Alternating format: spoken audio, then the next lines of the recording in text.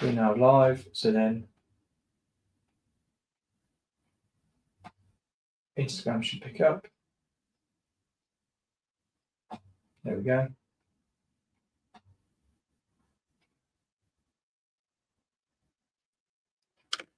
Wow, that's all kicked in as well now. So there's Instagram. It's connected.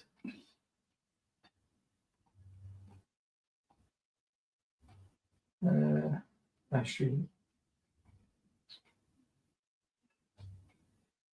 It's disconnected, is it? let me. Are they going? I'm going to say bye. Yeah, you go. Are you going? Oh. Harry's up here. I think I have to open another window because they're in separate windows. So. Are they?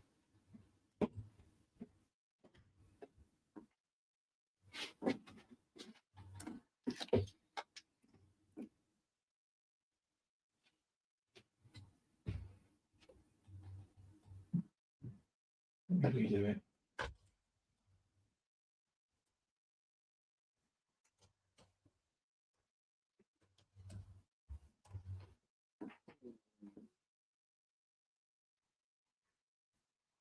You'll want to jump on your YouTube Studio and turn on monetization. Where's my money? Where's my... There you go. We're going to do that on Studio. Go into your content. Content, yeah. Yeah. Earn, is it? Yeah. No, just go on content and then go on live. Find your live videos. Get rid of that.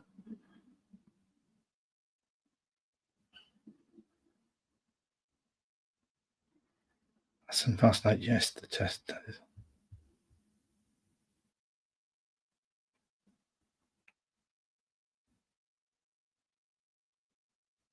Sort by or visibility.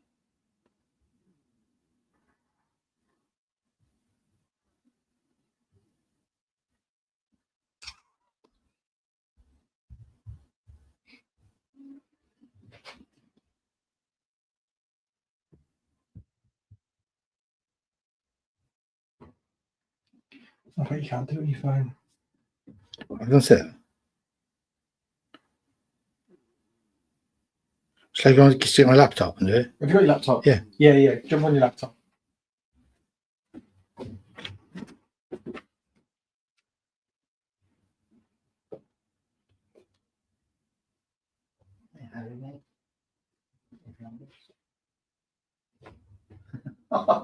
He scared me. Yeah. He just runs away.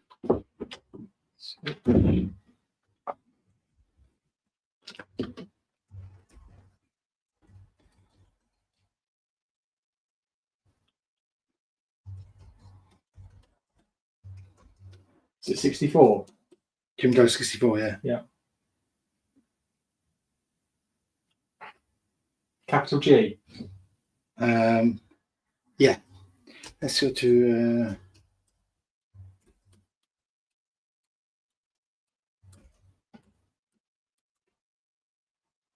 Because your laptop might be easier if you did it, but I'll try again now.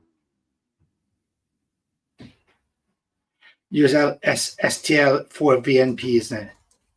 Yeah, but yeah, I'll have to get the password. I'm not able to share it now with my Oh, okay. this. Got 30 people on. Is it? Yeah. Oh, that's different. That's not yours.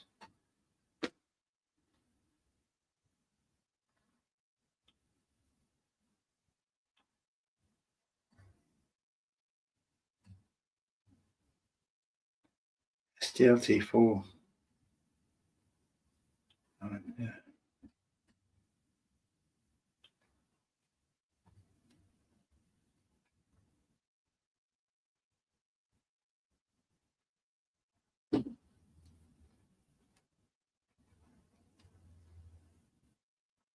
There we go. We should be live on your Instagram as well now, mate.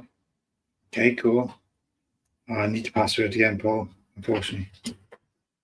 There's 48 people on. Oh.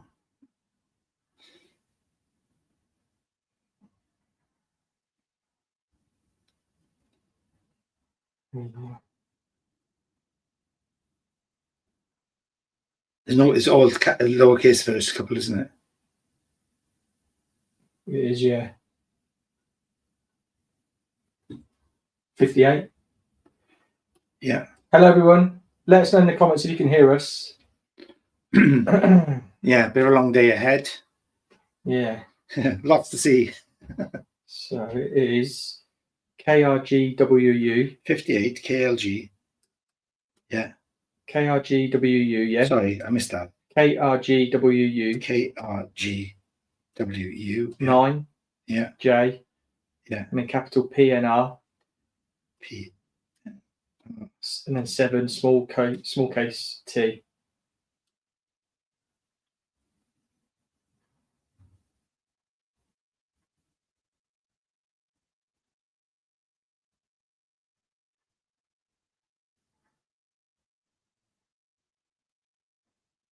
No, it's not okay. Is that right? 58. No, not 58. 58 is on it. Oh. That's it.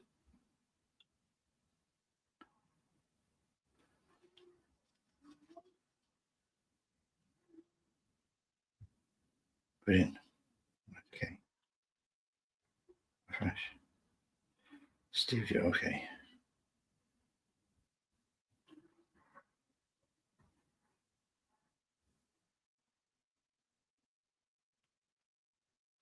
Right there. That's cool. So that's yours. All right, okay, cool. And the comments will come up on there. Hey, Deep Thought. Hey, Felix. Thank you so much. Is the sound quality good? We're just going to be working on some stuff today. I'm just here, by the way.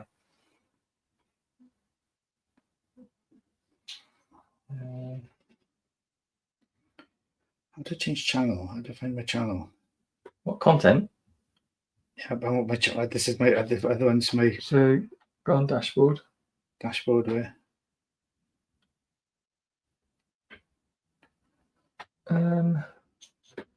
That switch account.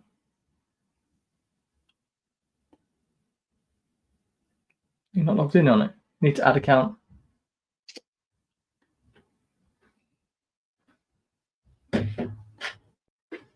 Good morning. Sounds good. Sounds good. Perfect. Thank you so much. We'll be getting on with some hair very, very soon. We're just trying to sort out some bits. We've got Ian Davis Emrys here. This is the guy. And we're going to be creating some really cool haircuts with a new tool as well. But we're going to be doing a lot today. So let us know in the comments what haircuts you'd like to see, what hair trends you'd like to see as well. Because we'll be creating sort of like on the fly as well. So really looking forward to it.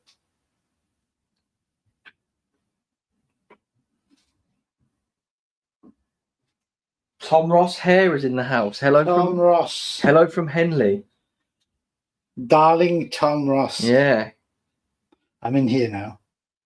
Tom Ross's new name is the Meme Man, isn't it? The meme man. Yeah. Meme. Meme. Content. Good. Live. Sunday session. Monetization. Gosh, okay. On. Start earning some bucks, mate. Everybody, if you want to share this as well, because we're going to be streaming all day. This is a new thing we're going to be doing. Ian's going to be coming up every single Sunday. I wish I could. Yeah, I would, mate. I would. It'd be cool. We've got loads to share though. It's going to be we've got a new collection which we're working on right now. We're going to be using the new calligraphy cut pen tool, which I've been using for about a week or two now. It's really cool to use. This whole collection's based around this tool from calligraphy cut. So I'm going to show you some of this morning. We got 3 haircuts, and the collection is called Poetic Rebels. There's 3 haircuts: the Soft Riot, the Culture Punch, and the Quiet Rebellion. So you've got a long haircut, which is the Soft Riot. You've got the Culture Punch, back a bit, which is a medium haircut, and then you've got the Quiet Rebellion, which is a shorter textured haircut. So it's all about texture. It's all about creating shapes, making something new and different, and using the calligraphy pen. So it's really cool to use. I've been quite familiar with it. I've used it quite a lot this last 10 days or so in the salon, getting familiar with it, so I can then come up with this collection, which Paul and I have been working on for the last 10 days to come up with this. So we've got our models all prepped up. Really easy sectioning pattern for all of you hairdressers who want to follow along or want to save it or share it or anything. So it's very symmetrical. So it's kind of, we've taken to the back. We've got this triangle section in the back here. And we have a triangular section in the front here as well.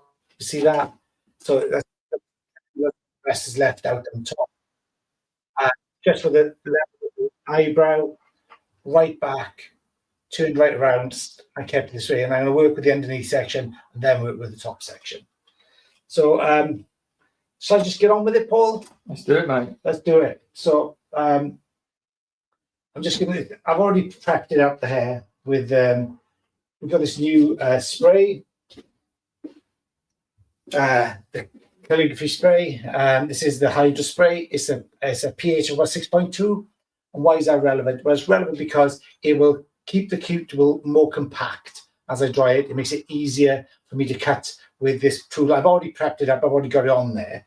I just want to tiny bit more. But it's the best way to kind of, rather than just water, which opens up the cuticle slightly. So this will kind of make it softer. I've obviously got water spray as well. Because it's already on there, I can keep damping the hair down with the water spray to keep it damp. It's really essential using the calligraphy cut pen to keep the hair pretty much damped down to use it properly. So I'm going to start with the center section at the back, like a fine section, and I'm going to create an inner shape, inner shape to this. So it's something I did in Milan, on stage in Milan. I did it with thinning shears, but I've learned this is equally as good to do here. So I'm going to pull this out. You see that there. And then I'm going to create this top shape, which is going to give me the bevel I want. I'm using the blade. I'm just going to just slowly come through and then filter it out and leave the weight in the ends. So building up a really nice shape. And it's really sharp, new blades gone in there, and I'm building up that shape softly. And then I'm just going to turn the head around, and I'm going to pull back into the center section slightly, working on the previous. I'm using slightly forward diagonals, ever so slightly. I'm just going to pull out. I've got my guide, and I do need a guide. I'm not going to ignore it. Because I want balance and I want shape. Cutting behind the fingers as well.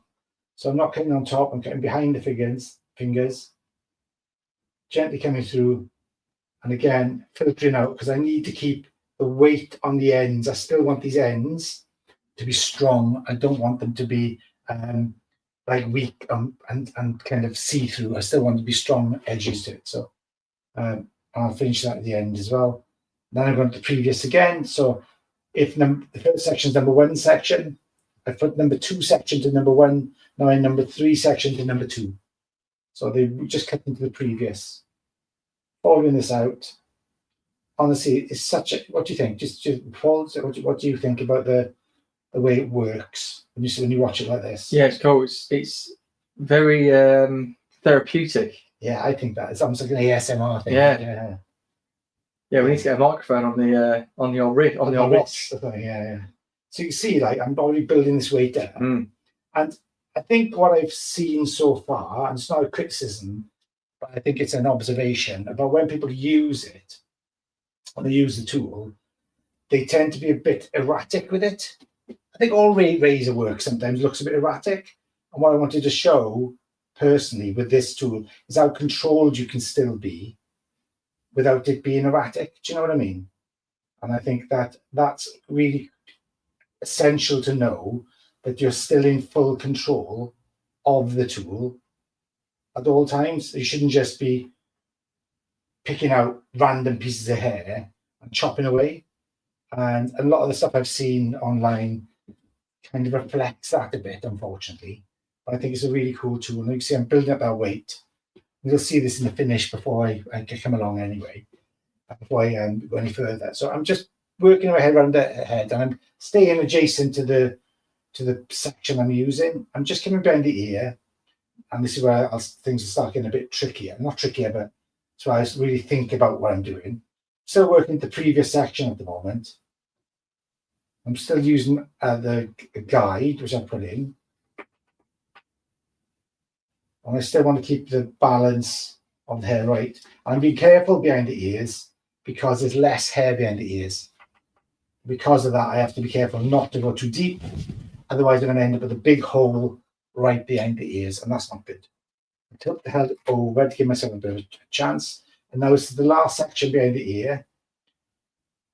Here, well, it takes away.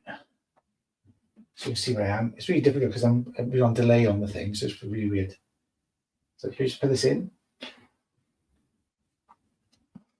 Pull this out to my previous. See my guide in there. Again, I'm just gently bringing this through. Okay, so I've got this roundness shape now. There you go. Oh, perfect. So now I've got this shape. It's a round shape. You can see that it's kind of like got this round bevel in it, which is really nice. And I'm coming to just the first section behind the ear. What I'm going to do now is I'm going to bring all of these sections back to the one behind the ear. That becomes a static guideline, and I'm going to go straight back to there because I want to keep length towards the front, and I don't want to make it weak. And if I continued one for one, by the time I got to the very front, I'd end up with a mark right about the cheekbones. I don't want. I want longer, flowing down into the jawline, really. So, but to do that, I have to then take everything back to the behind the ear, and there we go from here. And this again, and behind the ear, there's less hair behind the ear, so I'm being really mindful about how much I'm leaving behind. And I really want to protect those edges. So creating that shape, that's beautiful.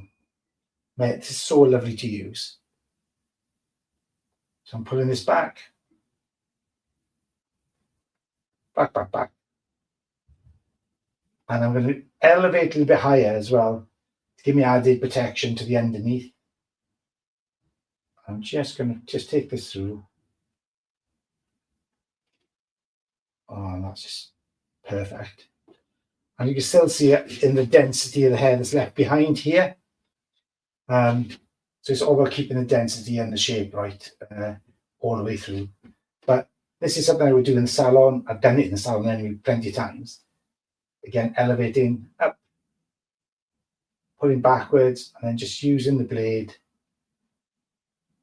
to soften. I'm only using one of the blades at the moment. I'm going to go with the second one on the other side to keep the sharpness, and they are really sharp. And the blades are transferable, so when I want to turn, I'll take the head off. I can flip the blade over, and I use the unused blades, which are protected on each side, and they become the new blade. So it's multi-use blades as well, which is really cool.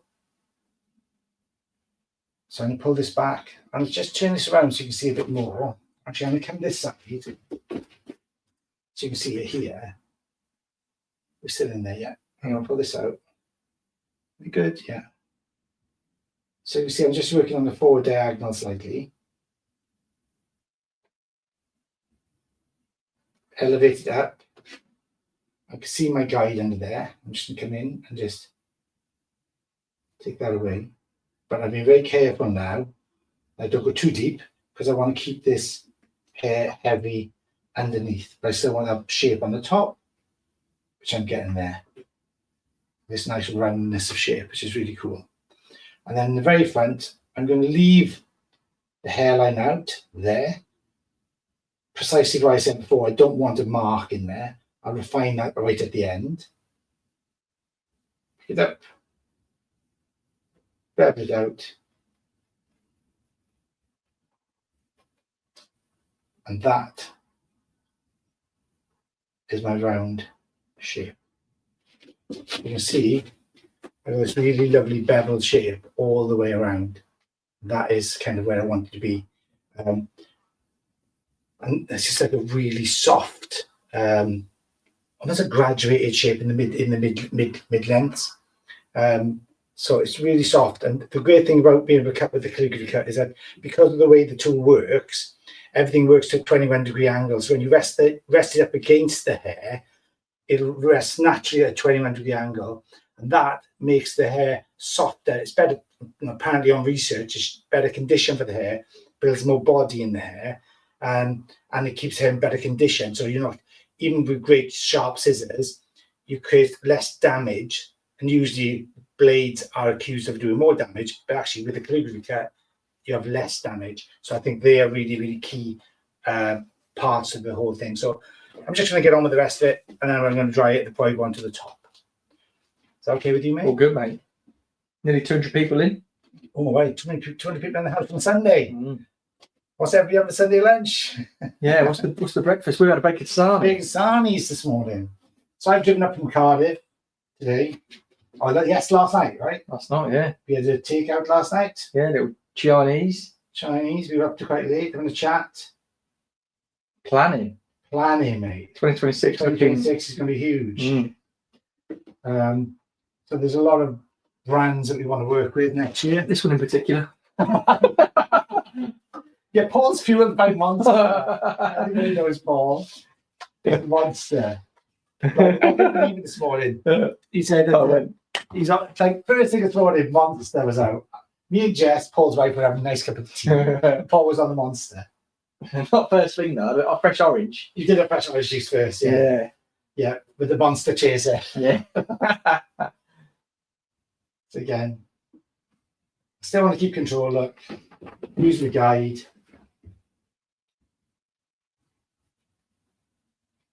And that's what we kind of want to do. You can see the shape building up. So that's why we keep the collection, because we kind of over at the moment a lot of hair we see online, a lot of hair you see on Instagram or the influencer type hair is long hair, which is then kind of curled out, brushed out, and it's like everywhere, and it's just so boring. Right? Yeah. So this is for like hairdressers who want to move forward, not be caught in that same trap. And it's a death trap, I think, to be honest. It'll be the death of the industry if we continue down that road. Yeah. Because nothing is new anymore, and unless you balayage, root melt, or whatever, I think we're losing the kind of craft of cutting. I really believe that. Yeah, definitely, for sure. I mean, we talk about it a lot. We talk about all these people that drop sections every time they cut hair, and they lose.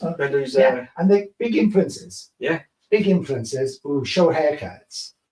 Like like my pet hair, Paul's pet hair is this. They pull out a section, then do this, drop it down, okay? Like Well, we watched one last night, didn't we? Oh my god! So like pulled it out, and it all looks really good, and it was like, the weirdest way to cut hair ever. That guy would fry his back in no time. Yeah. So I'm just looking for balance. It's pretty good. I feel good. Yeah. It's really nice. But this is so easy to use. It's really effective. The cutting theorem is really good. Is it? Yeah, it makes a difference. Yeah. I've used it a couple of times in the salon, but on the mannequin heads particularly, it really makes a difference. Yeah. Because I think this one's a really heavily coloured one. You can see. So again, I come into the back behind the ear section now.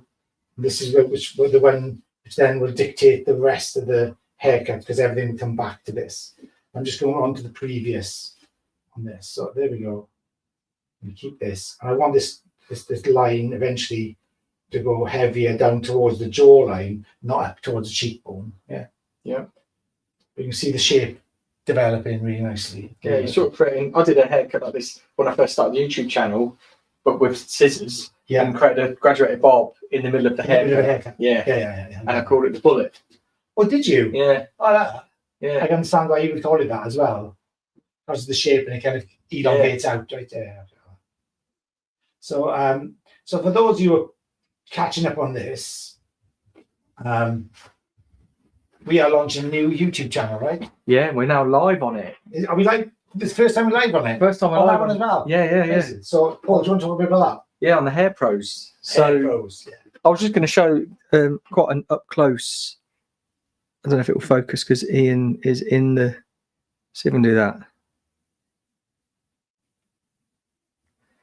Oh, it's not. But this is the calligraphy cup, Yeah. and it's like a beautifully engineered Oh, piece. it's amazing. You feel it in your hand. Yeah, because like the seams of it are almost invisible, where you sort of Change unscrew the- it and yeah, because when I first looked at it, Ian was like, "Oh no, there it is," and you can't really see the seam. But yeah, so Hair Pros is going to be our joint YouTube channel together, and we're basically going to be creating, as we do on both of our separate channels, but combining. Oh, they're off now. I'm going to say bye bye. Yeah. Rose is going to football. I'll be back in 1 second. I like the way it left you hanging. See that? Cliffhanger. Yeah, cliffhanger. Sylvester. It's all planned. Don't think it's not planned. This is all planned. But look, this is how you kind of leave that, keeping our weight underneath, keeping the integrity of the hair there as well. Over direction. There are 2 more sections to do here, I think. Keep them fine. Don't get carried away. But look how simple it is to use, to be fair. This is really cool. Here we go. And also, there's a thing I've noticed when people are using this tool before. Like, I'm really familiar with a razor. I'm really familiar with different types of razor. Something I use a lot in the salon anyway.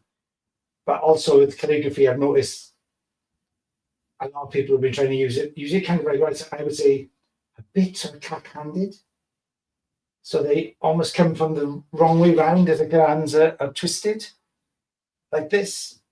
Well, really, you should be always aligned with the razor, and your body should be using that. Make sure your body's in the right place. So this is the shape I've got. So you can see I've kind of built up the weight underneath. So why am I building up this weight? You might ask. Well, the simple answer is I want to build body in the middle of the haircut. So when we blow dry it or when we finish it, then it's going to create more volume here. When I release these sections on top, they will come over the top of it, and then now becomes like a veil of hair over the top of the weightiest part, and that then gives me support. So I get this freedom of movement. So it's a disconnected shape. And the disconnection is purely for movement. So the hair moves really well, and it moves really softly. And it's also the longer of the haircuts. Like I said, this is called the Soft Riot. And it's done really, really coolly. So so I'm just filling in time to get here, mate. No worries. I want to dry this to show the shape. Yep.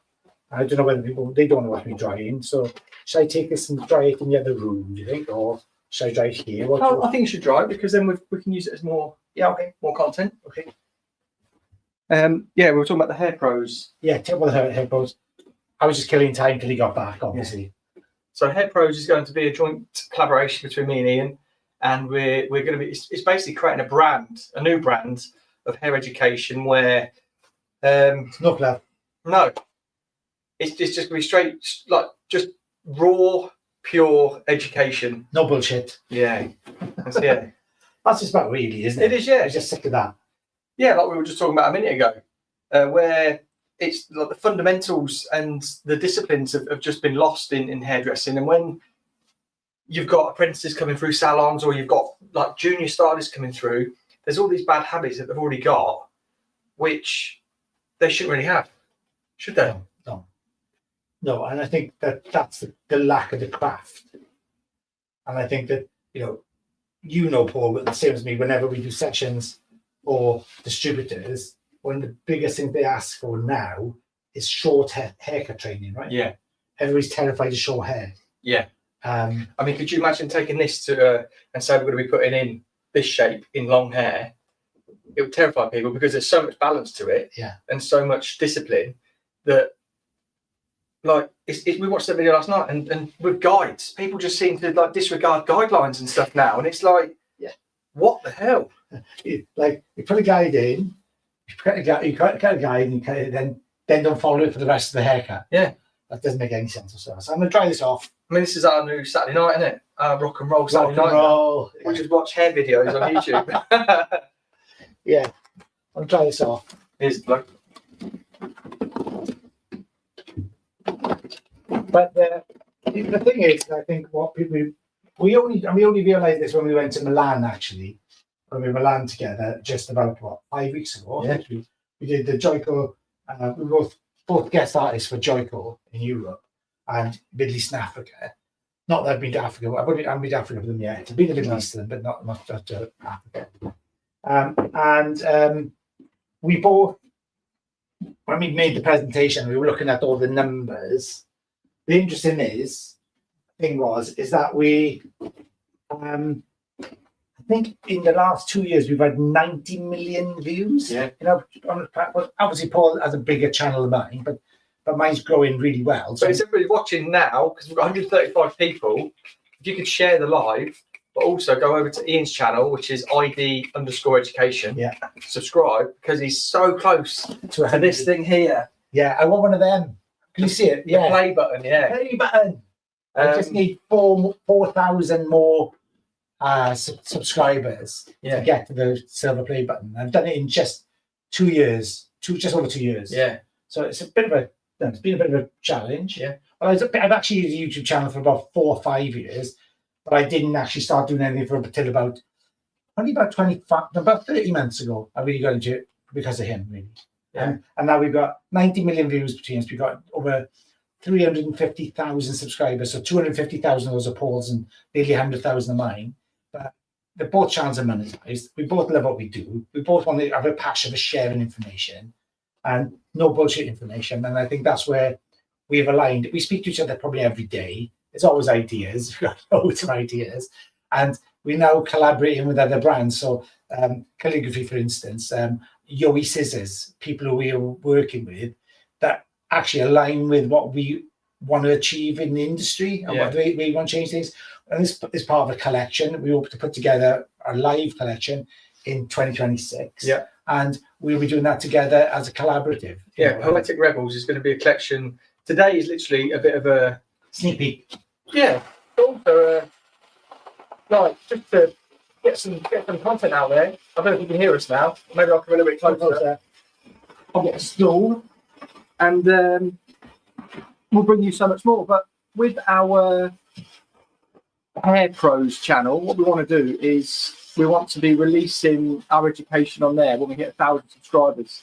So we've got a lot to go, but we've got a lot of people that follow us. So if you guys want to head over to that channel, which is the Hair Pros, subscribe to it. So if you hit 100,000, no, sorry, 1,000 subscribers, we're going to be releasing all of our education videos, which are going to be different to what we do on our own channel, but you'll still be able to find them on our own channel. But the Hair Pros is going to be a completely new brand, and that's the kicker for it, which we're really excited about.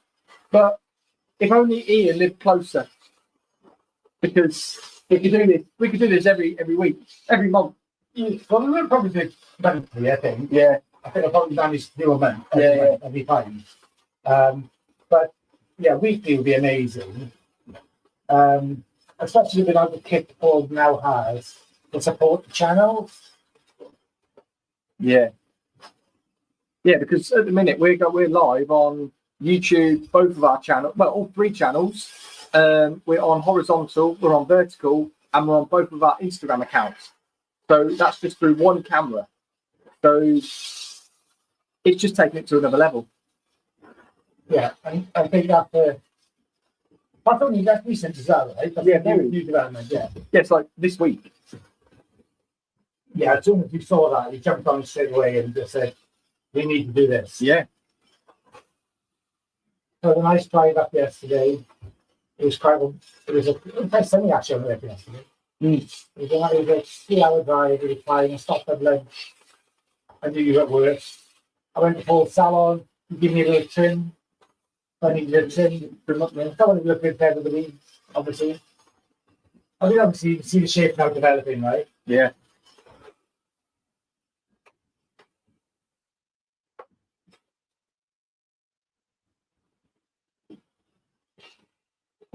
I don't want to skimp on quality. And I just did really heavy bleached hair with one of the darker intensities on the point. Intensities on this, yeah. There is, yeah. So this is what we're kind of working with. So yeah, we got we work with people on the line. We're talking to a few PR companies at the moment, which is really interesting. There's one brand new one we're talking to, which is it's a PR thing. Yeah, They sound probably pretty cool at the moment, right? they do sound cool. And they really want to get us on board with them. There seems to be a lot of opportunities out there. And we just want to share stuff, as much stuff as we can. Share what we're about. Show people that YouTube is a really great platform to be working on. But it seems to be quite well. It was ignored, but actually, you just want a big award for, right? Yeah, right there. So trying to grab it. The influencer one. I don't know if you can hear us with the hairdryer. I'll stop now. Oh, the bauble. Oh, What? I'm joking. What's that? The bauble just smashed. What bauble? My YouTube bauble. No way. Oh no, I'm gutted. Oh man. Did they send that to you? Yeah. There's the award. Oh, he's got it. Oh, Hang on. He's broken it. He's got a bauble, a Christmas bauble from YouTube, which they sent him. So he's got a Christmas bauble from YouTube. And he is more gutted about that smashing than he is excited about winning the Big One Award for social media influence, which is massive. I'm gutted. I am really gutted. Dear YouTube, please can you send me another? Look at his face. I'm gutted. I can't believe It's that. a bauble. Even mate, you don't get. I'll send you one. I'll make one. I'll send it to you. I think you should speak to YouTube. I think if anybody's got contacted YouTube, please tell them Paul is in distress. Can't believe that. It landed on the carpet as well. I wrote it in. It landed on the thing of the light. Oh, well, anyway. Listen. I've just chucked my award on the floor. Not that I'm not grateful. I am very grateful. This is the award, right? The big one. This. Social, so the influencer one. This award is massive. It's huge. It's like he was in with some massive company, all TikTokers, all Instagram influencers. And Paul, who's on YouTube, wins this. He's on Instagram as well, obviously, but not as big as he is on YouTube. But it's the first time that a major award has taken into account what YouTube can offer. And it's a massive breakthrough moment, I think, for YouTube and all the YouTube hairdressers and people who are sharing real education and aren't wearing silly wigs and doing silly skits about clients and this, and they make themselves look like a dick, to be honest. Yeah. This is all about real education. And that's what it's about. And I'm sick and tired of watching hairdressers do a stupid dance or pretend to be doing something to make some sort of comedy sketch. They're not the two Ronnies or anything. Or we're not, no. We're more like Ant and Dec than we are the two Ronnies. Yeah. But how I did win that award, I did this. On YouTube. Oh, I'm gutted about that bauble. And I was thinking about wearing a wig to do this as well, just because it gains more views and stuff. So There we go. it's just the bullshit out there. Yeah. Get fed up of it. Enough already.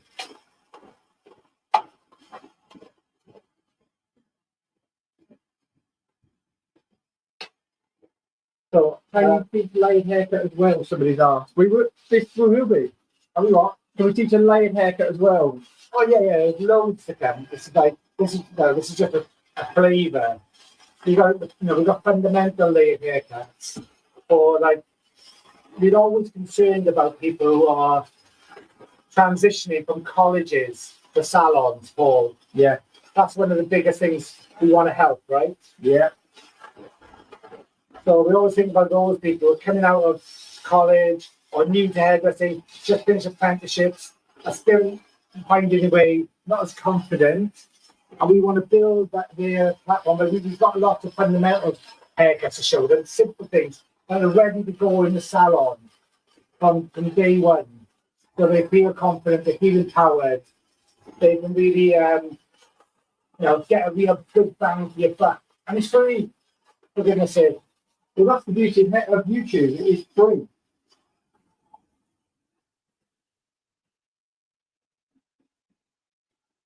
So it's a good resource, really, isn't it? Yeah.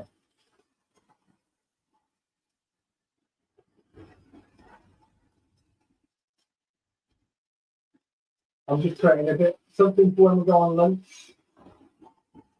Are you? Yeah, just What do you want?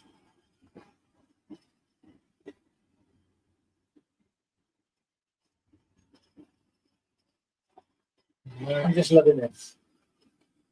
It's done exactly what I've asked it to do. yeah. Yeah.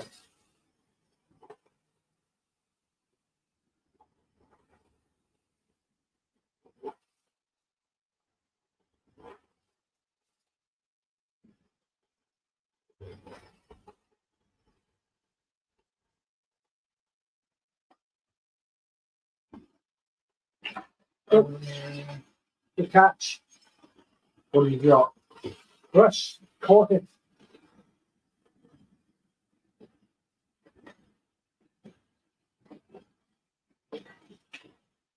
I'm only showing you this. I wouldn't normally dry this in the salon. First off, I just want to show you the first part of this haircut. So you can see for yourself the volume I'm getting to get that I want to go to. I can make it as full or soft as I want. I'm using my trusty Best brush. I think, can we put links in, Paul? You can, yeah. So Paul's got a link to Yowie Scissors.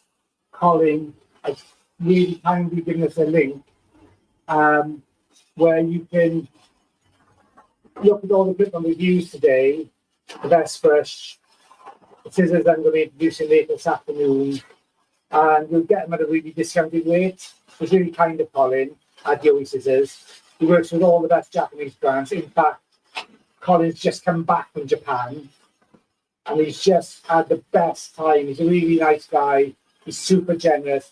He's really supportive to hairdressers. He's been really supportive to me and Paul.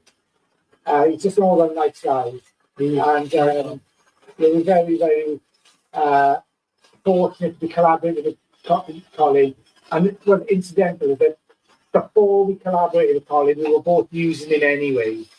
He was just that type of nice guy where I was getting all my equipment from him anyway. And so, but he has supported me on my endeavors with YouTube and Instagram and whatever. And he's always very supportive of what we do. And yeah, this afternoon session will all be about what Colin does for us. This morning, though, it's all about calligraphy and how we work with the calligraphy tool, which, like I said, was new to me. I only had it like 10 days already and finding a really good flow with it. Love it. It's a great tool. And we wanted to create this collection using calligraphy. And it's a real collection based on texture, on movement, not waves, not wanding or ironing, pure technique and shape that you create using the tools you have in your toolbox, cutting wise and cutting back to becoming the craft that it needs to be, I think, moving forward in the industry. If the industry is meant to survive, because things are changing, textures are changing, demands of the client are changing, and in the end, mid to the end of 2025, seen a big movement toward more textured hair, more undone hair. People haven't got the time to spend on it, but they have. So if they've got longer hair, they now look for more layers, more textures, and that's a challenge for a lot of hairdressers. You know, we've had probably 12 years of all the curled out, all the done hair wrapped, hot brushed, tongued, wanded hair, and it's just time to move on. You think, Paul? Absolutely. Absolutely. I'm just trying to do something. I'm not going to do it. I'll do it. I will do it. There we go. I just wanted to try and do something then. Just if you go on a break. Yeah. Getting warm in now, isn't it? Like the song, mate. Getting hot in here. Yeah, hot in here. Yeah, it's nice. This is really nice. When you get to see the shape of this. So do you want to go back to that collection and talk what we were talking about? The inspiration there, yeah. What? Why we come up with it? Yeah, yeah. Well, we wanted to basically come up with a collection that will be inspiring going forward, and it can use different. Just like we wanted to create a lot of texture, a lot of lived in, but we wanted it to be structurally and foundationally sound. Wouldn't you say? Yeah, 100%. Yeah. And we were just, I mean, using ChatGPT as everybody does now, and Gemini and all that. We just fill it with prompts all the time, and we were wanting to come up with something, and the prompt was something like you can use multiple tools to create it. You can wear it multiple different lengths. You can put fringes. You don't have to wear fringes. You can wear it with texture, or we wanted it to be like a textured collection. And That was then the main focus, the texture, wasn't it? yeah, to add volume or to add sort of like grunginess, but to also soften it off, and then sometimes like enhance it. So we just put that into ChatGPT, and it came up with one name for like a collection, which we were like, oh, that's okay. But then it was like giving us all of this information. So, yeah, and I think when we use it, we don't just take what ChatGPT says. No. We use it as an inspiration Yeah. for us. So it will give us a prompt, and then actually the way our minds work, and that's why we get on so well, is that we jump on an idea, then we say, okay, where we can go with this, and then that literally led to the collection being born.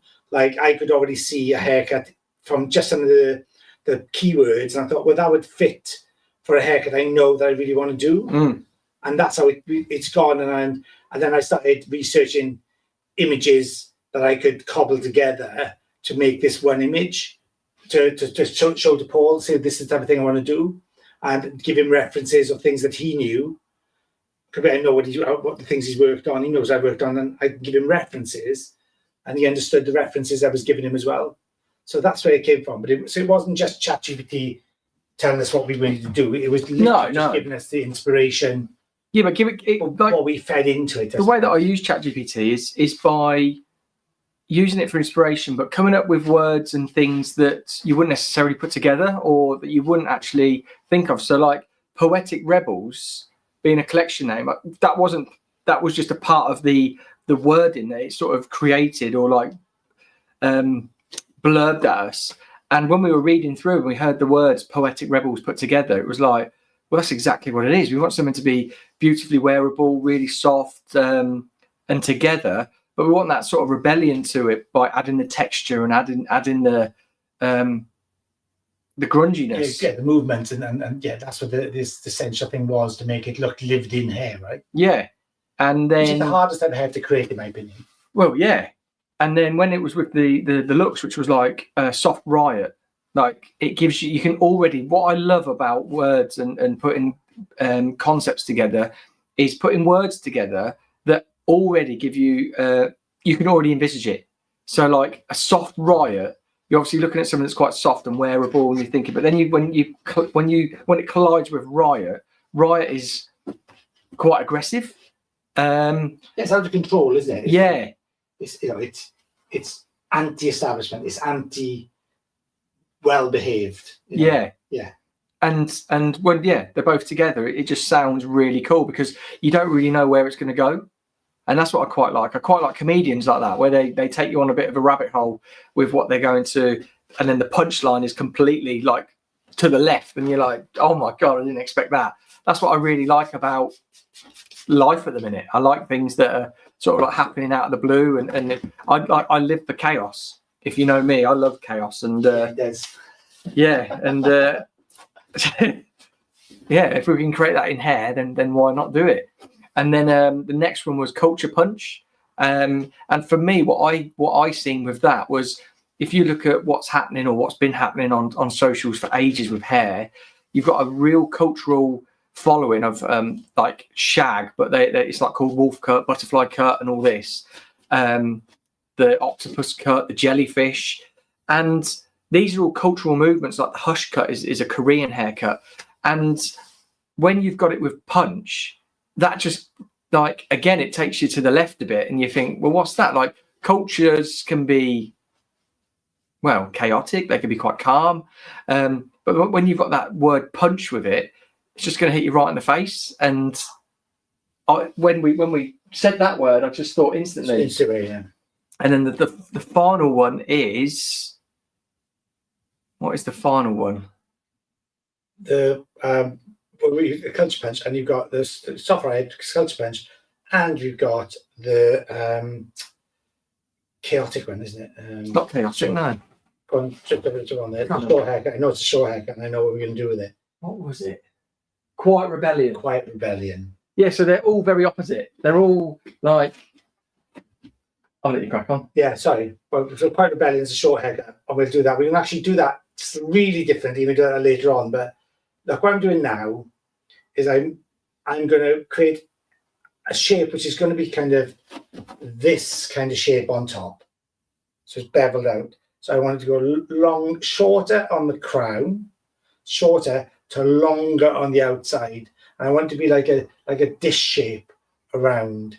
So I'm going to create that using the, so I want the equal amount of texture on the top, but opposite to what I've done on the bottom, which is the reverse. So I'm going to come in, and I want it to be I want you to see it. I want to see the difference, but again, protecting the integrity of the ends so that the ends stay strong and don't become weakened. So I'm going to come in, and I'm going to just take this out, gently pull it out, and create that bevel. It doesn't have, I want to keep the length though.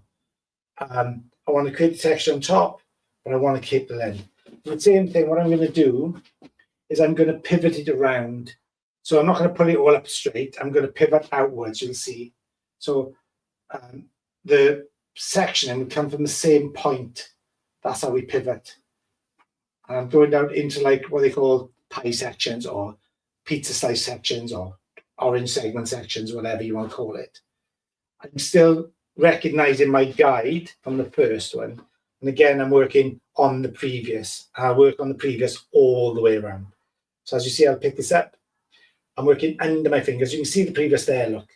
It's just here. So I'm going to go beyond that. And I'm going to come back in, and I'm going to hold quite a nice tension and slowly, carefully, just take that out. But I still wanted a strong edge at the bottoms. And all that'll be refined at the end. Again, from the home point or from the middle of the crown outwards, I'll turn it, so you can see again, towards you. So I'm staying behind my section. I'm working to the previous, not to the previous. The first one, I'm on the third section to the third section. This is working to the second. There you can see my guide. I go beyond my guide. Look, there's very little to come off there because I'm now pivoting. So I've already cut a lot of the hair in the middle. I'm now just working with the outside edges softly. So even on longer hair, I can still make it soft. I'm just going to pivot all the way out. I just love doing this. So I'm almost coming up to like a horizontal section up here. Beyond the section, you can see it there. Beyond my section, and cut upwards and outwards. and this veil over the top. I can see the body underneath already. I'm going to pick this up square to line, see the hair underneath. Use the new side of the blade and just come in gently and take that away. How's that? Beautiful. How's that looking on the screen to you, mate? Yeah, it's nice. I'm just making sure. I'm doing the same thing on the other side. And I'm working behind, so I'm doing the same thing on the other side here, pivoting outwards from the center outwards. And I'm staying this side. I'm moving. I'm not moving around it purely because it's the way the tool is meant to be used. If I came this side, then I would have to work on like a backhand. You can do it, but I don't think personally you get as much control. This is my experience with it. Somebody else may have a different experience, but to get the control I want, then I'll stay out the way I want to be. Sorry, I think this is right. I'll stay out the way. I'll work this way, and I'll get more control by cutting from the midpoint outwards. I find it's really easy.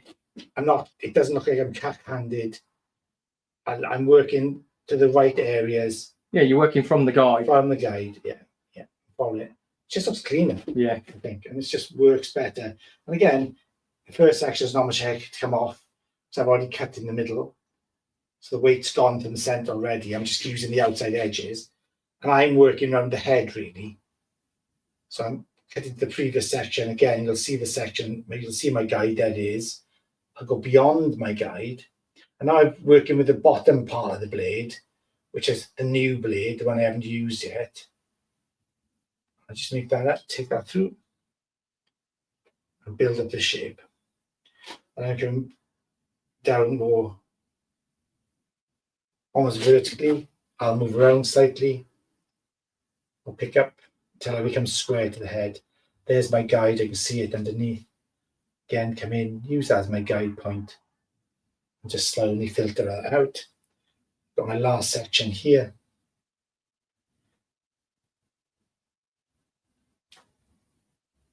Vertical to it. You can see the guide again, and you can see I'm cutting from short in the middle out to long out there. So that looks really cool. And that's all right to the back. I've got the veil over the top. And I'll dry that, and we're going to make a lot of texture towards the end. And I'll be just shortening this at the bottoms to make it a bit firmer, but it is the long haircut, and that's the idea. So I'm going to release the top part and do exactly the same in the front, using the pivot at the center, and then pivoting off that, and everything's going to get longer towards the front. And we have a fringe in there, which I haven't even decided what I'm doing with the fringe yet. I have an idea, but I haven't decided, and I will see how it all blends. Let's turn this to the side so you can see it. And now I am working from the other side because I want to work outwards.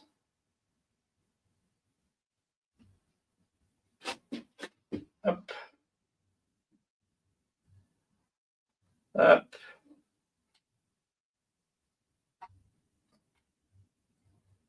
Oh, that's got a lot to come off. This is going to be fun. So I could just hold, and I could just slide it out. Beautiful. That's just a slide in action. So when the hair's perfectly damp, perfectly aligned, I'll show you again. It's a really, oh, look at that for a guide. Oh my God, look at that. Mm. So on the guide here, I'll just come in gently, and I'm just going to keep tension on and slide the tool through the hair all the way through to the ends. Bosh. That comes off. That just looks great. But I'm pivoting again. So I'll take a little step around and go this way for you. So it doesn't look too chaotic. I've already done the center. I don't need the center, so I'll remove that. Work on my ends here. I still see my guide. You'll see my guide for that.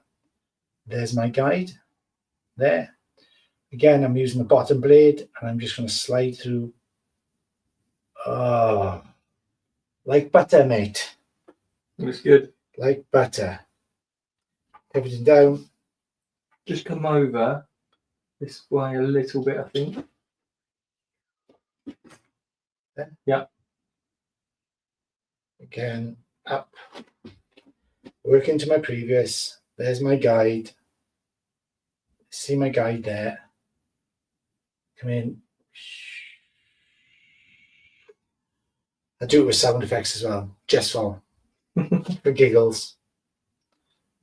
Imagine all haircutting came with sound effects. What if we had scissors with sound effects? Yeah. This would definitely be a kung fu one, wouldn't it? Wah! There we are, blended to the back. I've now, from the section I finished with at the back, and I just blended the two together. So I've still, even though I'm using a blade, I still want it to be balanced. And I still want it to be relevant. So I still have to have those elements all put together. So again, I'm going to work inside out, coming on the other way. So look at this.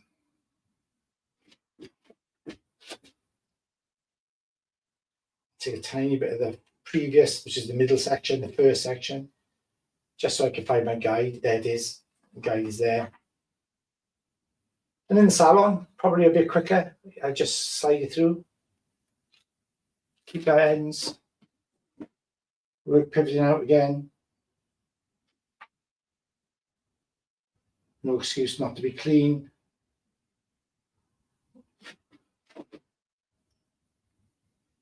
Using my favourite comb. Do you have a favourite comb? Well, just the Sessibon, Are really. you a Sessibon fan as well? Yeah, Yeah, me too. doesn't matter about the colour, but Really, all matters about the colour. Look, yeah, we got a white one, have you? I've got a white one. Yeah. Everybody's got a white one. This is the colour you need. I've got that colour, but in the Have salon. you really? Yeah, Oh man. got a green one, pink one, black I one. got a green one. I've got a pink one. I got a lime green one as well. That's my favourite one, a lime green. But this is my new favourite. Yeah, I love this colour. You couldn't always get them in colours, you know. That's a new thing. yeah. So I'm going to turn this around so you can see it better that way. But keeping the tension on, like I think a good colleague of mine used to say, guitar strings, make it look like guitar strings, which is what I've done. Work that through, get that dish-like feel all the way through. And I'm going to balance that with the back. That one's done. I've got one more section. I'm going to take a bit of the back section as well to make sure they all blend. I still want, not so much of a blend, but more of a balance, I'd say. There's my guide. Bosh, there it is. There it is, done. So that's the shape. I'm yet to do the fringe, the bangs. Do you fringe? Do you want to fringe or bangs? Depends what you're doing. If it's a full fringe, if it's a side fringe, it's fringe. If it's the centre part face framing fringe, then it is bangs. But that too was brilliant, right? Yeah. Like that was easy. Yeah. You know what you're doing is really easy. So that's a great weight on it. It's brilliant. Yeah. Nice one. So Is that all done? yeah, I'm gonna dry it. I need Cool. to dry it. So I'm gonna dry it off. And then I'm gonna do the bangs. All right. On the fridge. Do you want to do anything more? Do you want me to take it out to dry it? Or do you want... No, you do it, and then we'll just get the next one all prepped. Yeah. And we'll start the next one. So the next one is going to be what everybody in the comments is asking for. It would be, what's wrong with my one? Why do you ask for your one? No, it's just they don't know what we're doing, do they? All right, okay. But it's just the shags. They love the shag. Yeah. So we're going to be doing But this is like the original shag. If you think of like Bridget Bardot yeah. back in the 60s, this is where this haircut originates from, really. So that's the feeling to it. Yeah. That kind of boho girl thing. Yeah. So it's like, I guess nothing's brand new. No. It's all a bit reinvented, and this is the reinvention of, in my opinion, that's what it is. Yeah. Sort of. We all have an opinion, right? Yeah. We do, yeah, unfortunately. Right, let's try this. I'm sorry to bore everybody with the drive, but we just live and You pop some music on there. Just,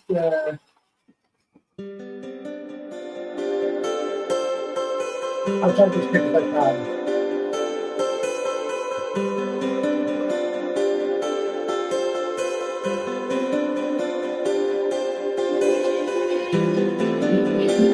Whoa.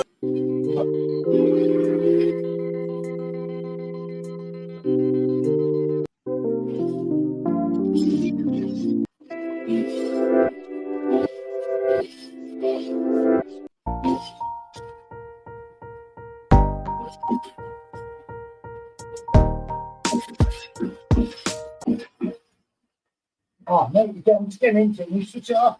Yeah, because copyright. Oh, is it? Yeah, I probably could use new YouTube music. this isn't YouTube music.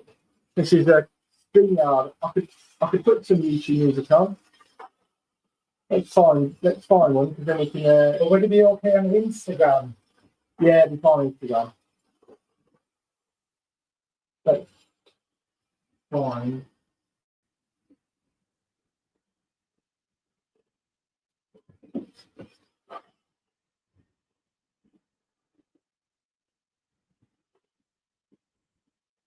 Has anybody got a text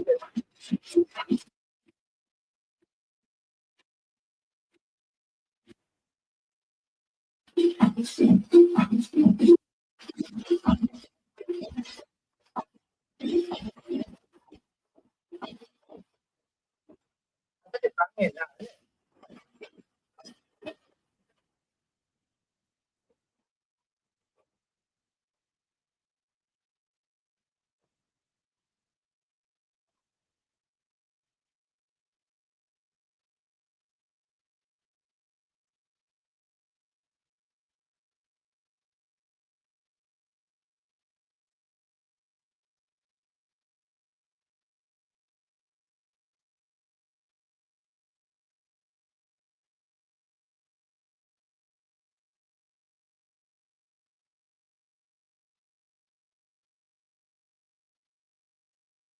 We've got a question. Oh, big up it. So, would you normally use product before blow drying? They didn't see what product you use. Oh, right, I did. I actually used, I have used product before then. I always blow dry the product. Never, ever, ever, ever do I not blow dry the product. What did you So it's in there, mate. I just used my new kind of favourite, which is the Dream Blowout Glass by Joico. If anybody has any hair issues, which are like frizziness or thickness or heaviness they don't like, and they want a smooth hair, but still remain the texture if they need it, that is the best product I've ever used in about 20 years. Nothing's like it. It's unbelievable. It's new. It's really beautiful. So I can still texturize after it. We had it in our research and development, did the R&D, remember when it came out? Yep. I couldn't wait for it to come out then. And it's even better since it's now being developed to its full potential. I love it. It is incredible.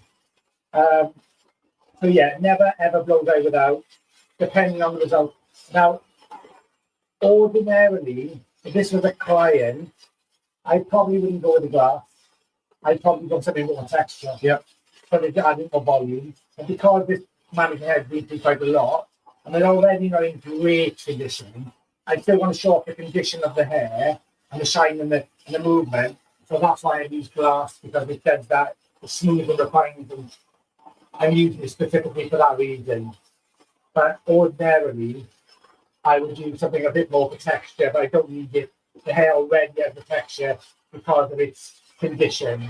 I'm actually trying to smooth the hair to make it of high quality, but I know the hair will retain its own texture because it is quite chemically treated. Yeah, Makes sense? totally.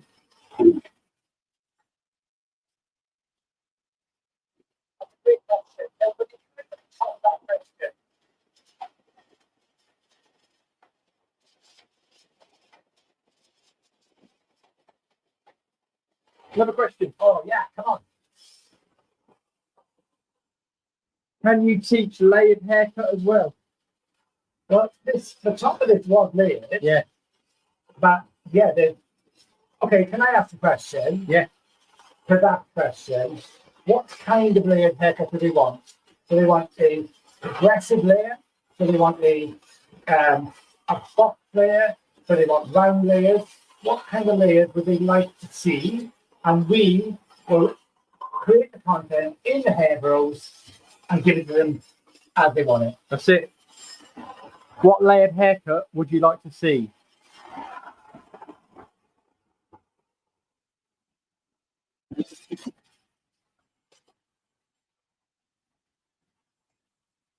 Any more questions?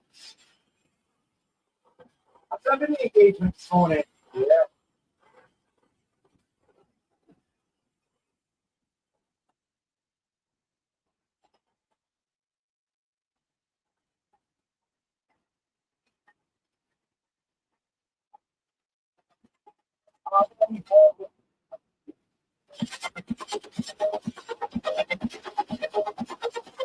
Any hairdressers watching? Let us know in the comments. Here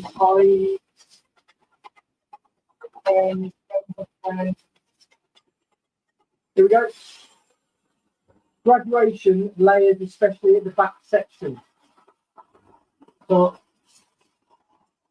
again, we want no graduation and layers. Turn your head off. Let them know. Turn the head off. Just say that again. They want to know about graduation and layers. Well, yes, but the question is graduation layers, especially at the back. So this is the common confusion, isn't it, between stuff. So when we're talking graduation, fundamentally, we're talking below 90 degrees. Yeah. So graduation is about building weight. Yeah. Essentially, layers is about making the hair lightest, the lightest form of cutting. Yeah. So when you say graduation to graduate layers, is a kind of a contradiction, and I don't want to be mean or anything, but as hairdressers, the way we want to explain it as professionals is that graduation is where we build weight and layers is where we take away weight.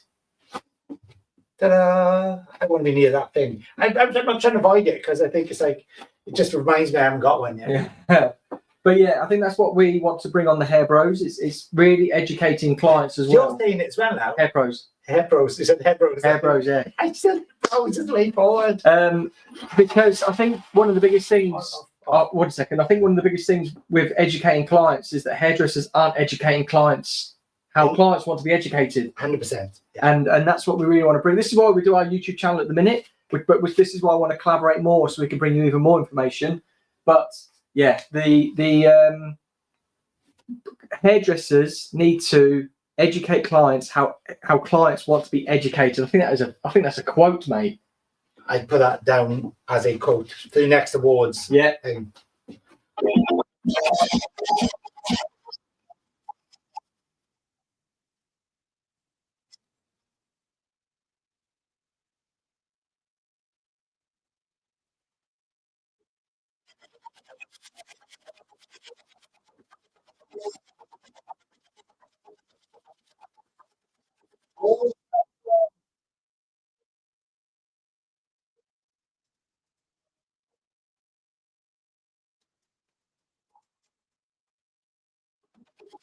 Here's a question from Mr. Meme.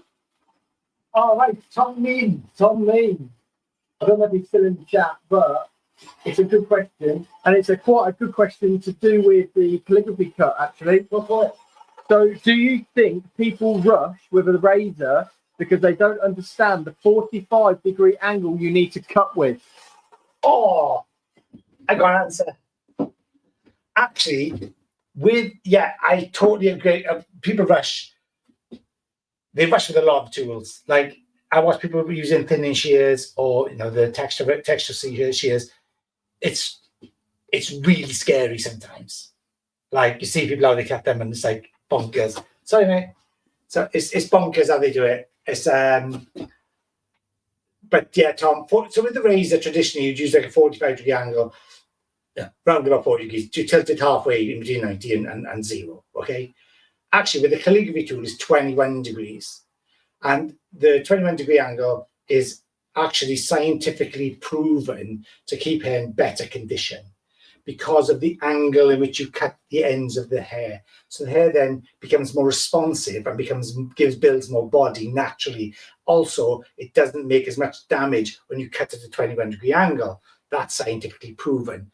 And to do that, the tool itself, which is here, it has a bevel in it. I don't know if you can see this. I'm wearing black today. But inside there's a bevel edge in it. And basically, can you see the bevel in it? There, the bevel this way. This bevel there. So when you spin it round, so when you lay the hair will fall into this groove here. Lift it up. Lift it up.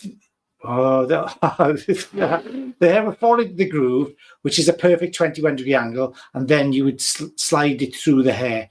So it gives you the best results of cutting hair, keeping hair in the best condition.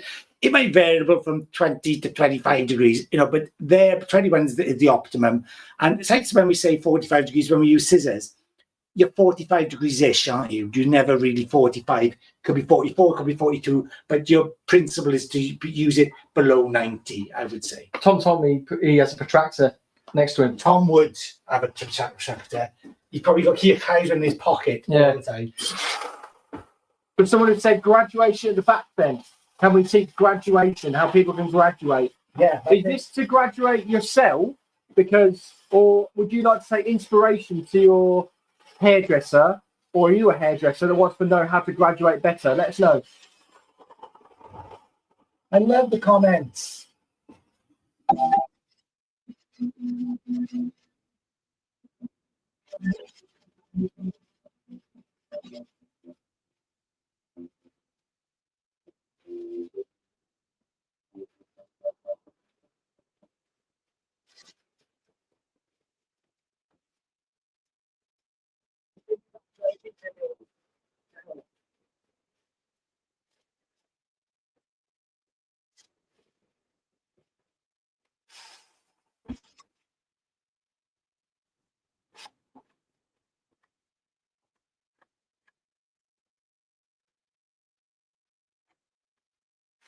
We'll stop the music.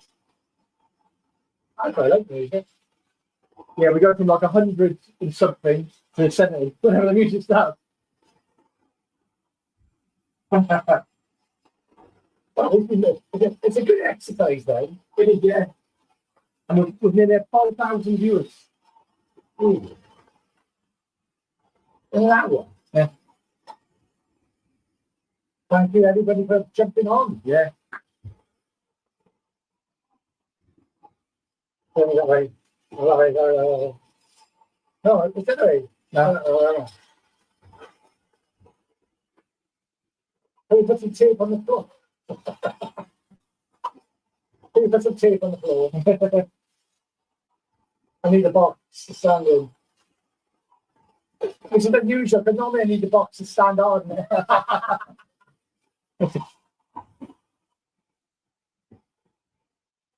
I'm nearly done, and I'm going to come to the fringe. Actually, and I'm going to leave it for people to tell me what they think I should do with the fringe. What do you think about that for the concept? Yes. You get people to try make a bangs, or should I do like grown out bangs? Should I do solid bangs? What do you think would work with this texture? What type of fringe do you want Ian to do? Bangs, side fringe, micro fringe, normal fringe, like full fringe? Let us know in the comments. It's a soft fringe. I know, mate. Oh, they're thick colours. Yeah? Oh, they're thick colours. What, 5,000? Get all that. Get all that. Oh, steel on everything. I know.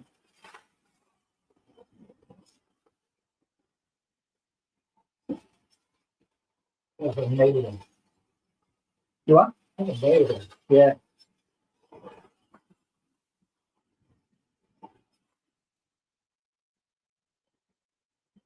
What colour do you think of it? Mate.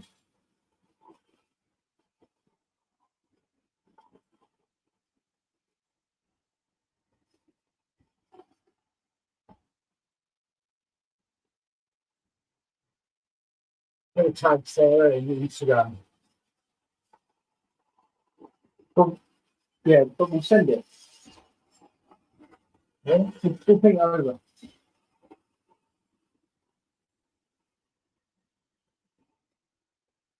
Oh. Right. Look how beautiful this looks. Soft red. It looks really cool. I haven't done the fringe yet. I just want to see what everybody thinks. Yes. Love it. But do you see what I mean by that 60s vibe? Yeah, That kind of like rebellious 60s, like almost Almost as if there was a riot, but it was quite almost soft. like a vibe.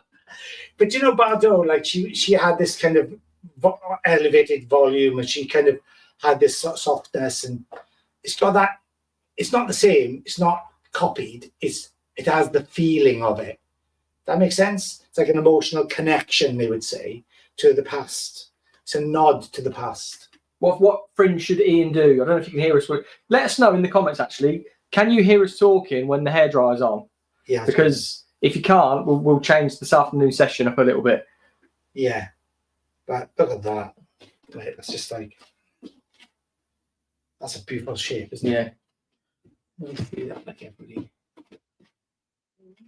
What are we thinking? Let us know. First person to comment what they want to do with the fringe, Ian will do. Oh my God, that's a good one. Okay. First Yeah. comment, the fringe. First comment for the There fringe. it is, ready to be done. Yeah. How do you want? What would be the most perfect fringe for this look? Yeah. I know what I want to do. Yeah. Somebody come and give me what I want to do. Micro. Actually, micro fringes look really good, I think. Yeah. What's the first fringe? Let us know. Yeah. Is anybody on Instagram? Because I keep on just looking at YouTube. Let me see.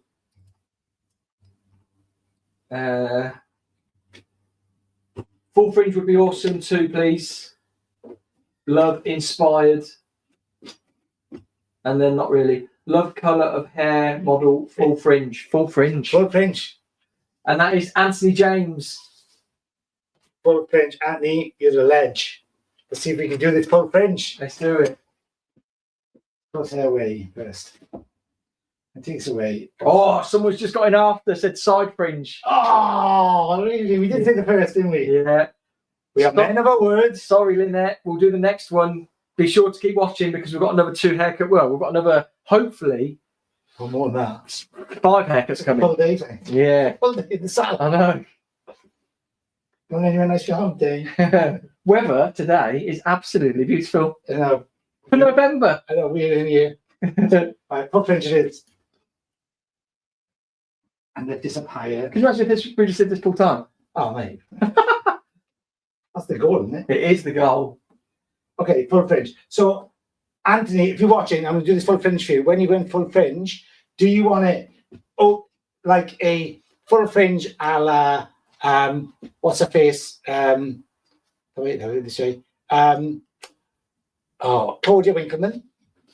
Or are you thinking like a full fringe, like kind of Sienna Miller? Where are we? What are we thinking about full fringes? Do you want it soft and textured, or do you want it heavy? Can you give me an answer? We'll have to wait a minute because it's a little bit delayed, but hopefully he'll get back to us. Let us know. He says he loves the colour of the hair model. Me too. Yeah. I'm ready to go, dude. I'm ready to go. Let's see what he says. I don't know if he's still in the chat. No, we can't ask that. Then I'm in the chat. Oh, he has soft texture. Soft texture. How long though? How long? I'll do soft texture, and I'll show my version of soft texture. Yeah. And I'll tell you as soon as he comes back. I'm going to just go for the soft texture fringe. Side fringe first, he said. Fringe first. Yeah. Okay. He'd like to see a side fringe first. Okay. And then put it into a soft texture. What length would you like the full fringe to be? Put a side fringe in. Yeah. And then Cool. we'll have a look. So I do a technique for side fringe. So let's see, because Lynette, who is watching over on Then YouTube, she said side fringe. she wanted side fringe. So, Lynette, we are doing it. Side fringe is coming now. So there we go. The side fringe, I'm going to cut at a diagonal. You see it this way? Yeah. It's a diagonal. So I'm going to over direct towards myself this way. Can you see that? Am I still in screen? Yeah. He says length is up to you. So once you've done the side fringe. Cool. And the texture. I'll leave it longer so I can do both, right? Yeah. So side fringe is here. Over direct to myself here. I want to keep length then. So I'm going to come in here shorter. And I'm literally going to just push this through.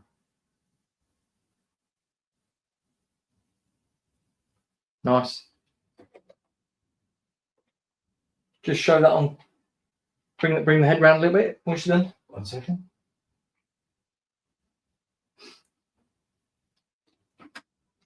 That's so far. Nice.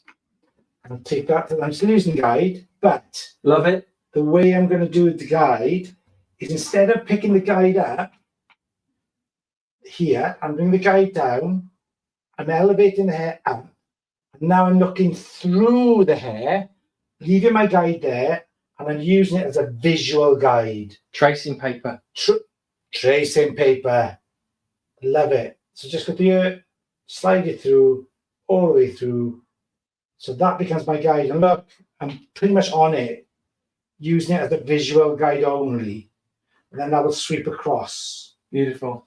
And I pull this right across. Same thing. I wanted a bit more texture, so I'm using a little bit more elevation.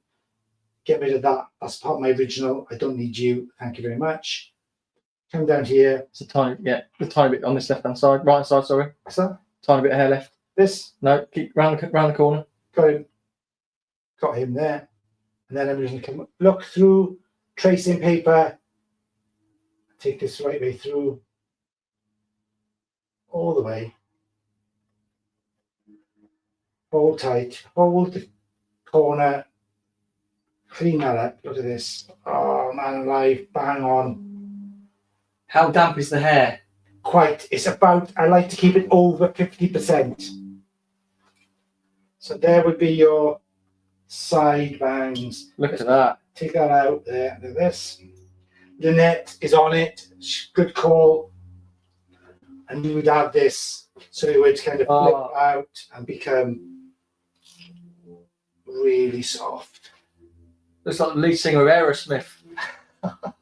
I was hoping for something a little more, but I get it. But maybe I should leave that actually like that. I quite like that. It's nice. It is nice. Well, no, just because I want to see a blunt fringe, but it's up to you. What do you think? Oh, Lynette has said gorgeous. She's not wrong.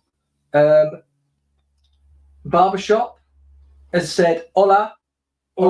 And then Stacey Lynn, great hairstylist here for 20 years, California. Welcome. Welcome from California.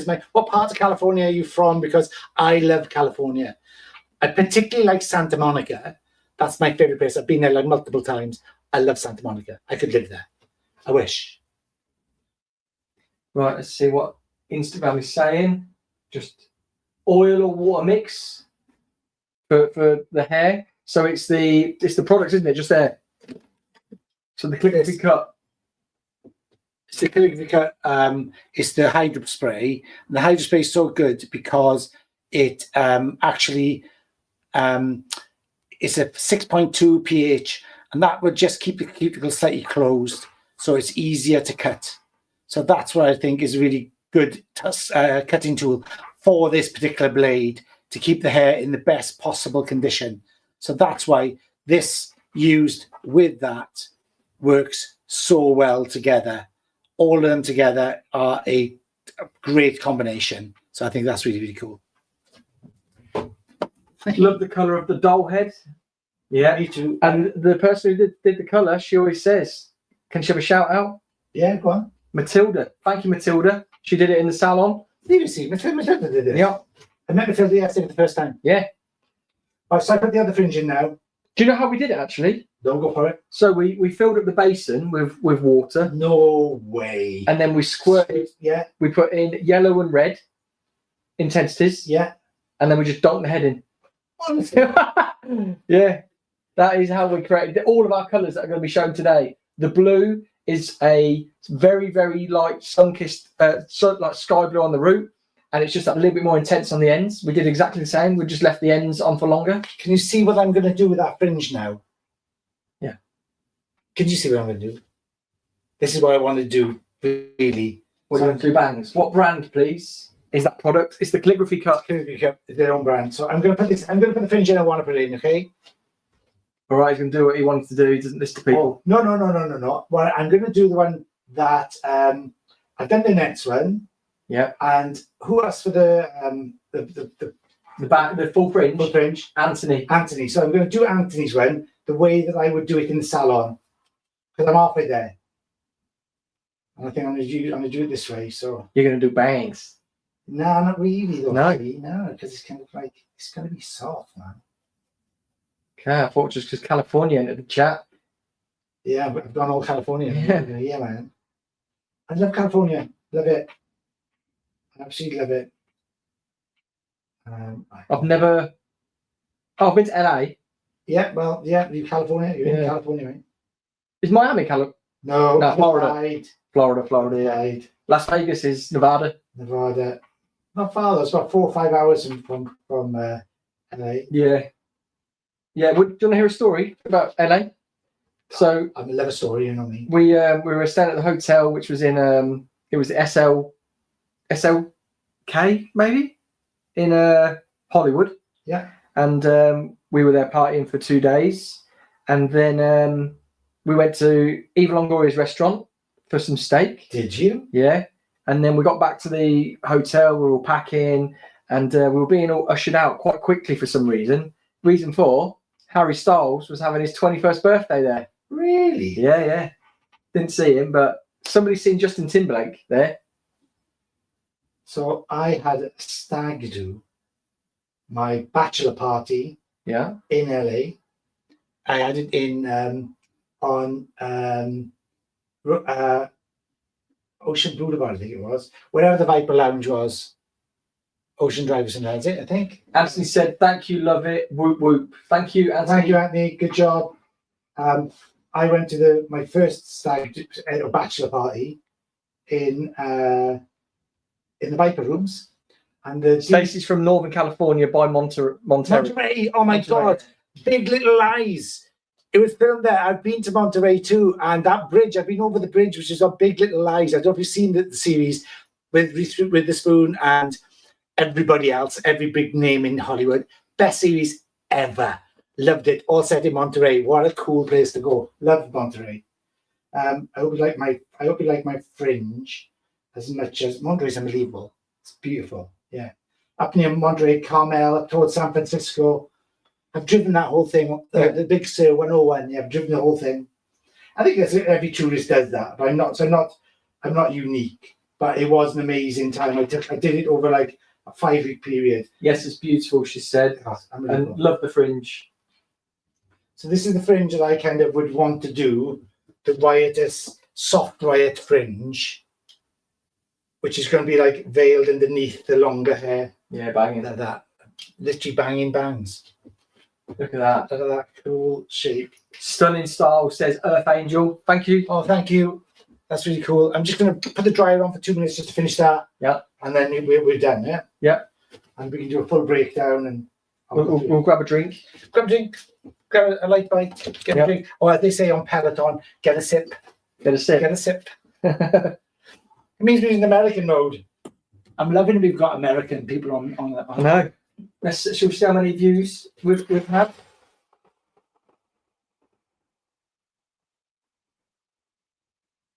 $5,500.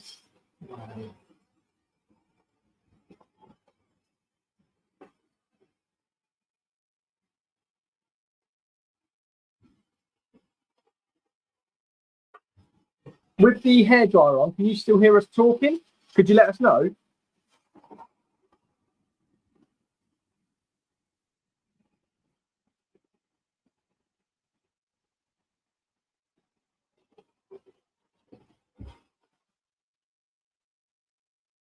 Yes, I can hear you now. Oh, perfect.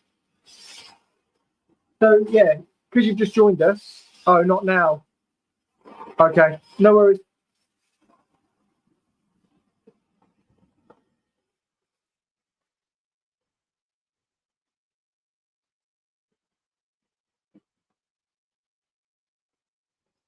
Ontario, Canada is in the house. Ontario, I've been to Ontario too. I've been to Toronto.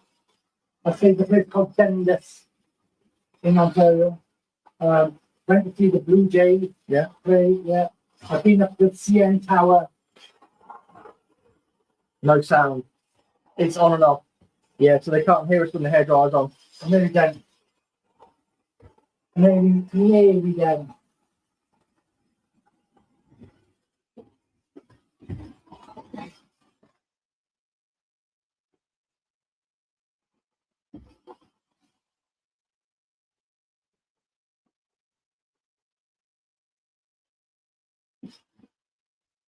I'll switch it off. Here we go. Let's get these bits. What are we thinking, guys? There she is.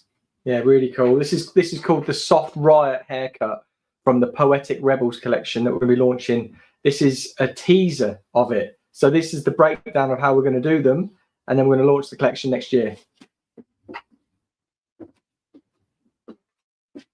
So can everybody see that? This is the Soft Riot. It's the longer the haircut.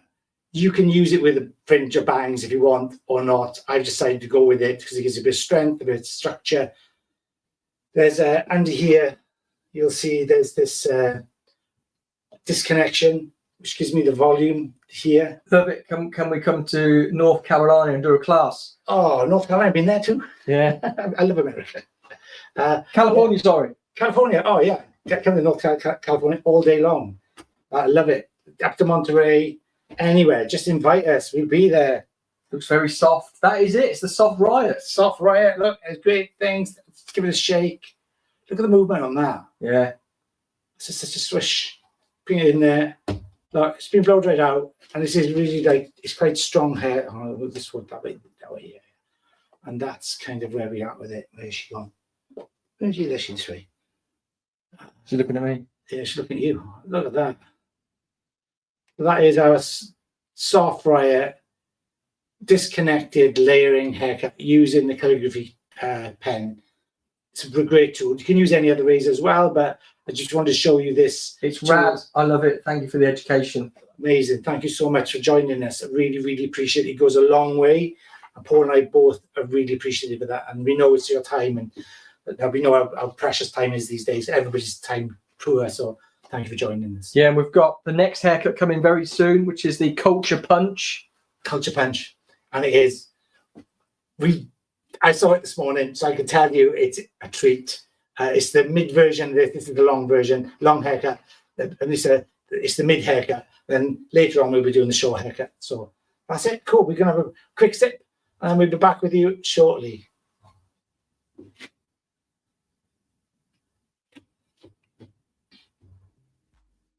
Stay tuned.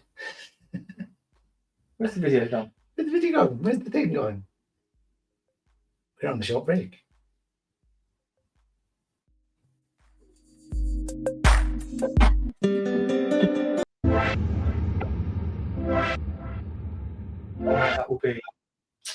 That'll be thinged. What thing? Let's just leave it like that. Okay, cool. That's so cool. Let's just move. What she does need, and I can't not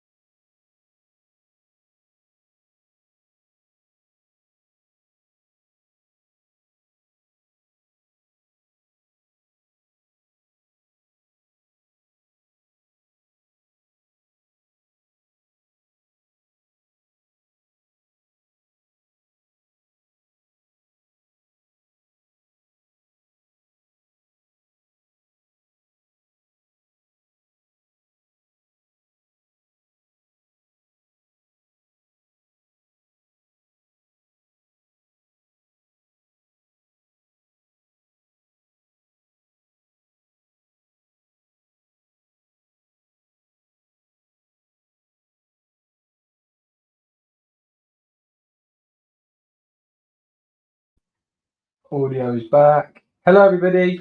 We're back. Short break. We are Then back. So yeah, there for Instagram.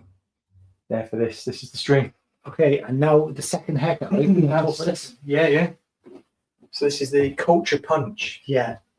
So Let's just sort this out.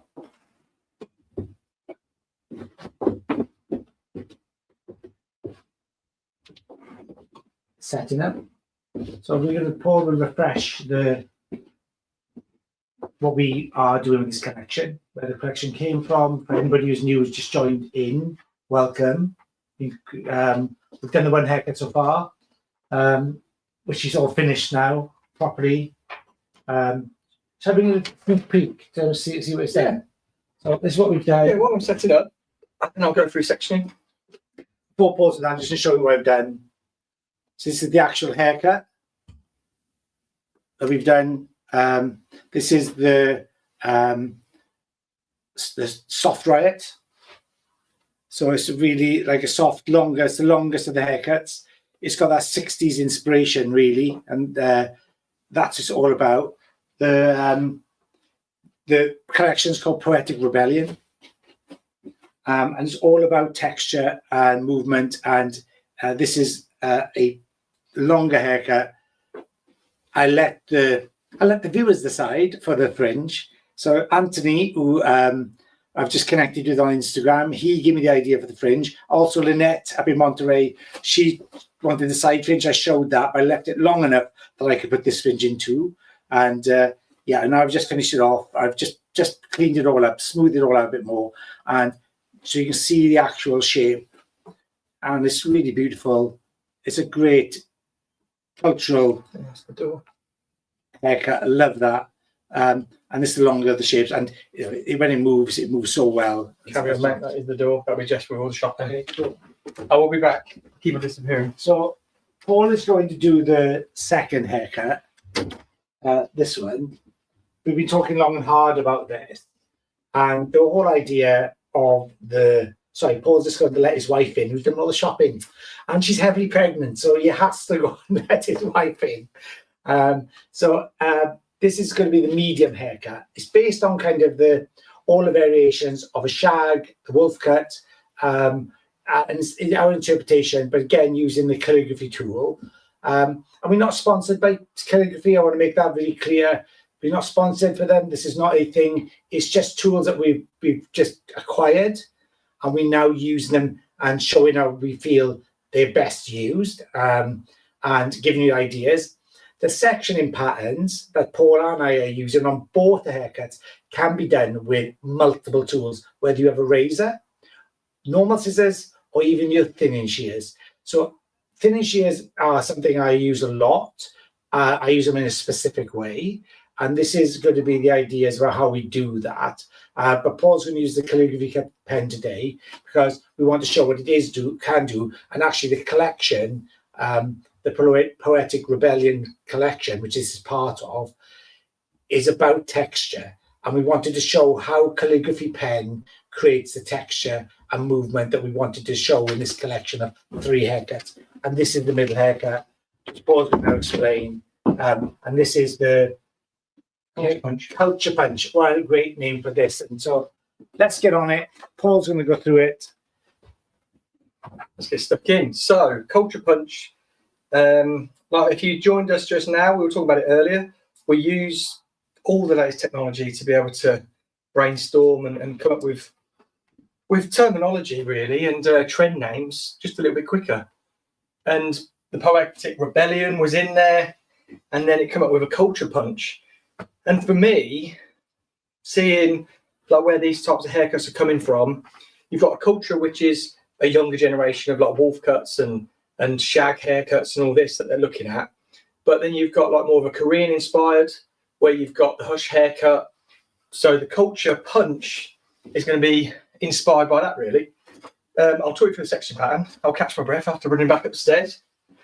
Oh, where's that spray? Spray's in the bag. So we're going to be using the calligraphy cut today, and we'll be using the, what's it called? The hydro spray. Hydro spray. And I did say that, like, to be completely upfront, we are not being sponsored by Calligraphy Gun. No. We're literally interested in the latest tech and the latest tools. And we're going to be doing something later with the scissors. We'll both use the same scissors from Colin at Yoy Scissors. Wings, ochre, texturizers, soft cuts, thinners.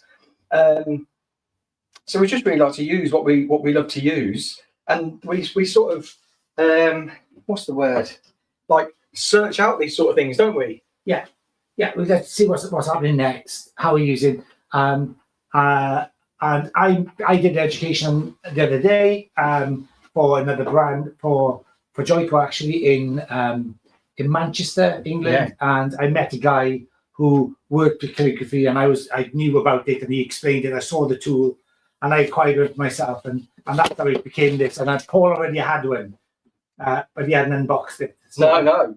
So I got on it and I was like, mate, you've got to try this. Yeah, I've already got one. So yeah, so this is it. So if you are curious, please add a comment on what you think Paul's going to be doing. And if you agree what we're trying to do by bringing texture back and making texture the focus to 2026 to bring back the craft of haircutting, then leave us a comment. Yeah, so let's get into the section pattern. Section pattern is a very narrow triangle just on this front, and the reason that it's narrow is because I don't want there to be real sort of wide bangs or anything like that. I want it to just really frame like the eyes and open it up slightly, but I want this weight and texture to fall through the face. And then what we've done, you can see we've braided that fringe out so we don't interfere with it, but I've taken the top of the triangle off because you need a guideline from somewhere. So this piece of hair here is going to act as our guide for the sides, but also for the back section. Oh, we just had some comments in about the haircut. Yeah. They said they love the fringe. Stacey Lynn 44 says she loves the fringe. Earth Angels, who's been with us almost since the beginning, she says stunning style. Thank you so much. Really cool. We got Princess Diaries. I love that. That's a great name. She says, "Wow, love the cutting tool, love the color." So quite a few things on here. Really good. So thanks very much, everybody. And I think Stacey says it's rad. Love it. Thank you for the education. So yeah, any more comments? Just pop them in, and we want to see what you think, and any questions about the tool itself, how we can use it, how we get hold of it, then we can try and put you in the right direction.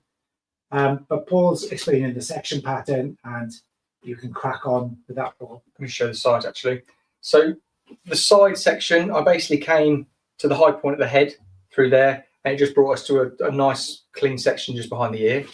And then I worked from the parietal ridge, which is the curvature of the head, and I just zigzagged to the section to find that point just there. I put my one finger on the occipital bone, one finger on the crown, and then bang in the middle of both is where I took it to that point. So it basically follows the curvature of the skull.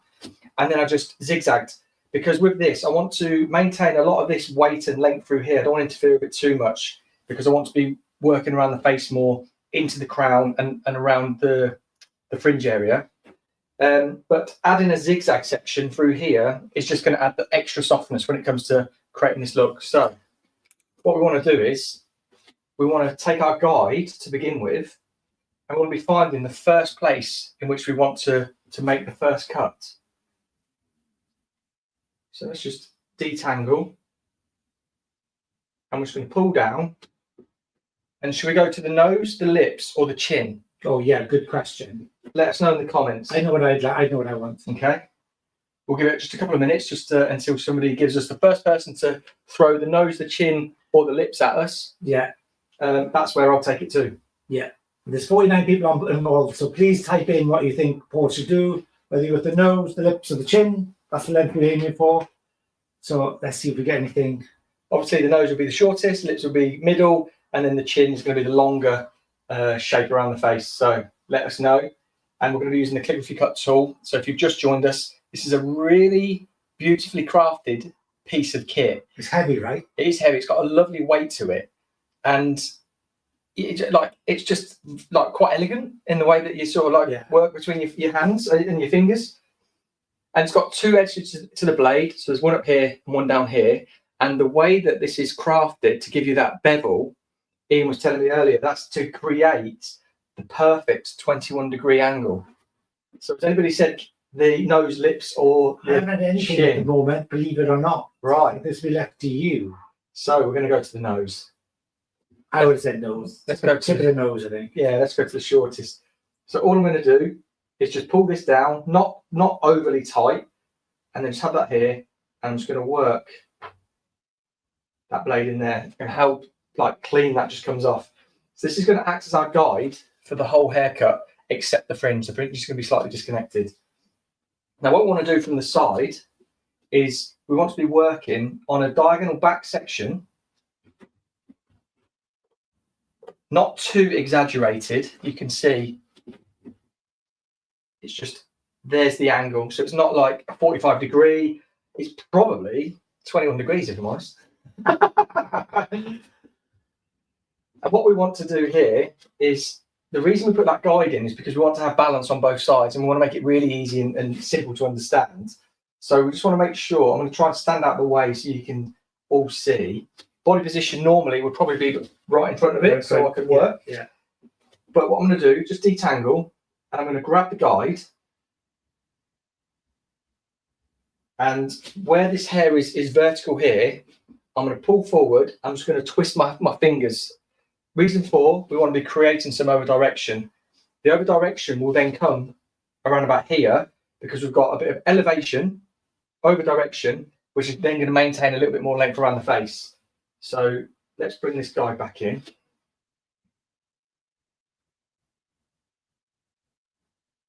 And at my fingers now is the guide, my fingertips. So I'm just going to let it drop out because then I know that we're there. And you're working behind the your fingers, Paul, right? Yeah. And I'm just using the blade on the bottom part of it and just working my way through, keeping that tension so we come away. And what that's going to do is just create a really nice graduated shape around the face. That face framing, yeah. Face framing, yeah. Just going to clean that first one up there. And that's what's going to give us this shape here. So then the next section that we want to take is, again, diagonal back.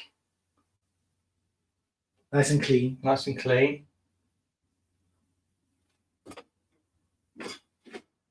I'm just going to pull.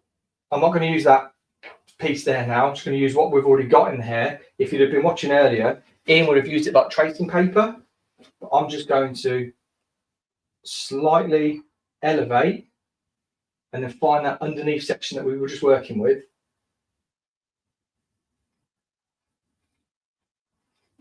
And then just working that through, keeping that tension. If you turn a bit side or side on, There. The other way, yeah, you'll see your hands working better, I think. Okay. And again, diagonal back. So you just see the way Paul is just much better. Just going to pull this in. And if the sections get a little bit too big for your hands, what you can do is you can just half it. Yeah, drop it out. So drop that bottom piece out because there's quite a bit of hair here. And I'm just looking for that guide. You just see it under my fingers there. I'm working behind my fingers. I'm just seeing, I'm like elevating a little bit more. And it's like I'm just tickling through this section here. What's the elevation doing? The extra elevation? Just creating a little bit more softness. Building up a little bit more weight as well through that top area. Yeah. And again, pulling up, twisting. Coming to that point there. That was so elegant. Yeah. Yeah. And we're just creating a real nice texture around that face. So this one is called Culture Punch. And it's just to really a little bit of a nod to this whole culture that's surrounding it's like a modern day shag, really. So again, just going to elevate. I'm pulling towards me. I'm looking to see where that guide is, which is there.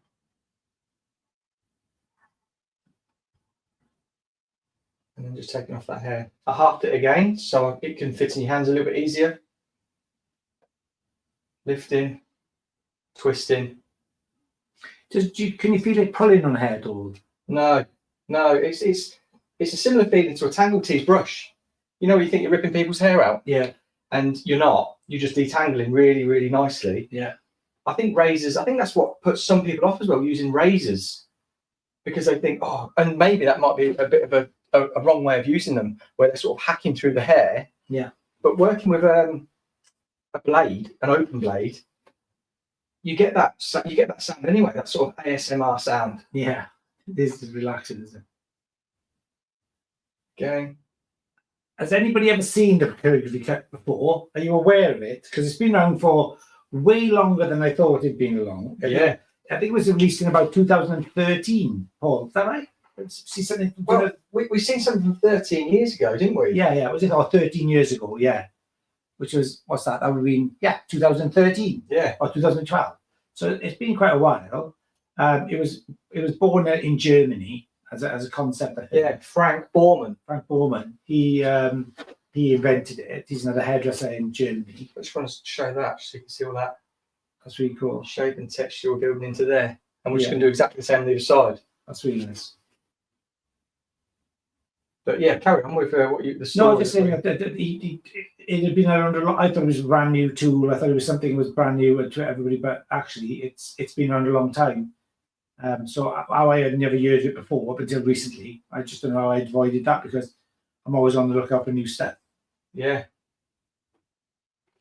But again, this is just a diagonal back section. Hair is being brought up and then twisted. I used that guide, and now I'm just finding my guide that I was. I've just halved this section just to make it that little bit easier to work with. And that twist, does that keep like the length on at the bottom or keep it strong at the bottom? Is that why you do that? Yeah, both really. So we go again. Then we're twisting. We're just finding where we started.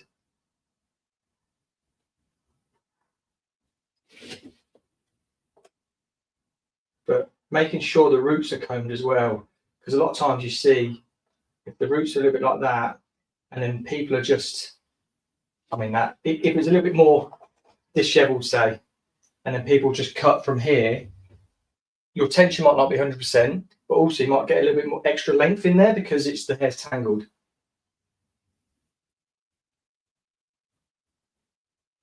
So we're finding again our guide. Tom Ross. Is the name of the collection anything to do with you two wordsmiths?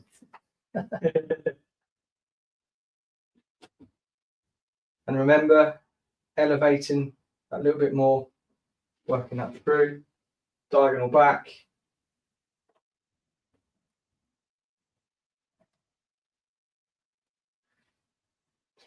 And then elevating just a little bit more. We find our guide.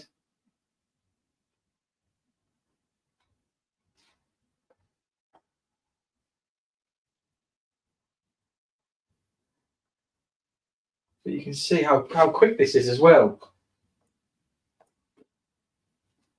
And if anything, it's a little bit more feel in the hair.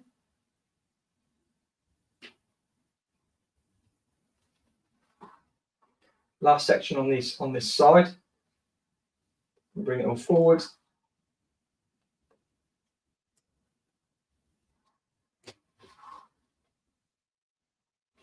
And we're going to elevate fully.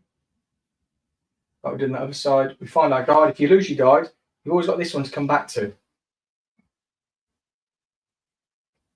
Yeah, and I think people always forget that. Yeah. Once you put one in, you can always return to it. Yeah, it's the thing I remembered at college the most. And at college, I remember losing my guide on every haircut. And then once you start to remember that you've built up this guide in there, yeah, really cool. I need to refresh his comments. Refresh the How comments. do they do that, or they just come in? No, they just all keep coming in. Okay, cool. So everybody keeping up with what Paul's saying and what he's talking about. Does that make sense? And now I'm just Everybody wants you to jump because everybody's so used to TikTok and kind of like Instagram reels. yeah. They want to see the finish like now, right? But- Oh mate, that looks absolutely spot on. I was just cross-checking, just pulling forward just to make sure that we're on the right track. It just creates this real nice texture around the face. So I'm going to leave the back until we are dry. I'm just going to just refine that slightly, very, very slightly. So I'm just going to clip it out of the way because I do want to maintain this density through here. Yeah. I don't really want to be affecting it at all, but this is why I put the zigzag section in here, so I do affect some of it and it starts to just intermix. And then what we want to do, we've got our guide that we put in through there, which was our original first guide. I'm just going to draw a centre back section by about 1 centimetre. So it gives us this. And then when we come to this fringe area, we find that first section that we cut, which was at the tip of the nose. And I'm going to cut from the guide. So I'm going to find the guide, which is there. And I'm just going to come through. So I'm just going to spin this around.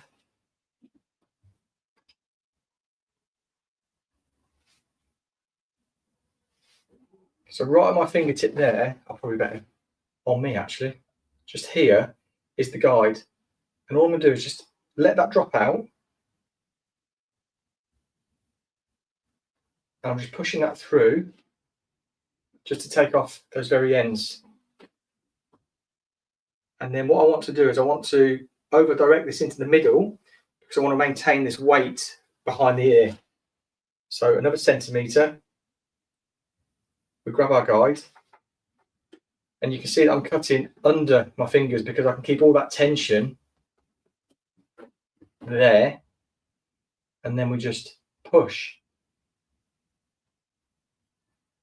that razor through, or calligraphy cut through, the blade through is what we'll say, and I'm just pulling this hair towards me. And again, there's our guide. Grab that in the little finger. We're pulling up. We find that guide. We let it fall out.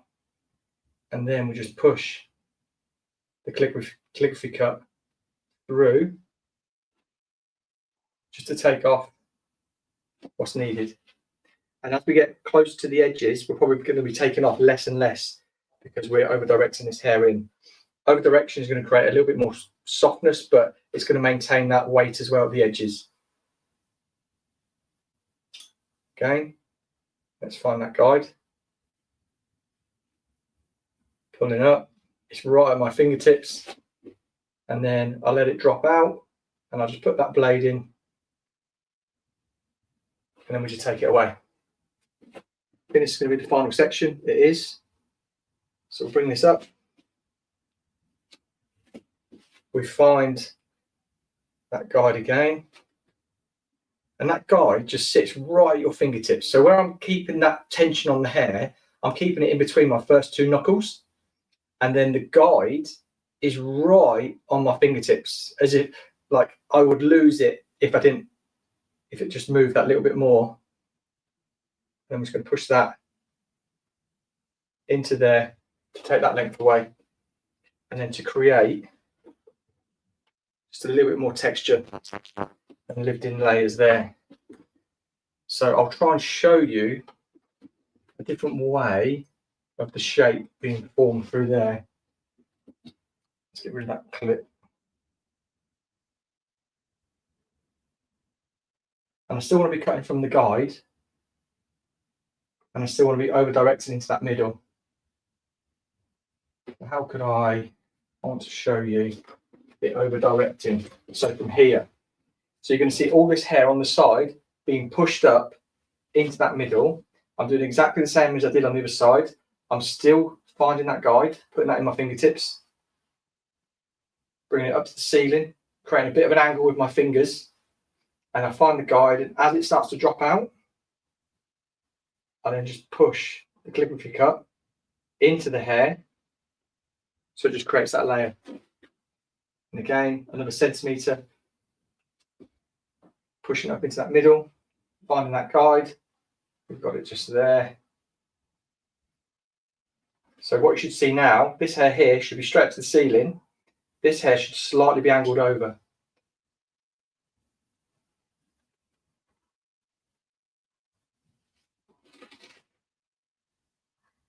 Second from last section, working up into that middle. And as the sections get thicker, you're probably going to lose your guide a little bit easier. So don't forget, just pick up that first piece of hair that you cut, because that's been your guide all the way through. Let's just find it, which is there. And they're going to push all that hair up into that middle. Let that guide fall out. And then just push that blade into that hair. Last section.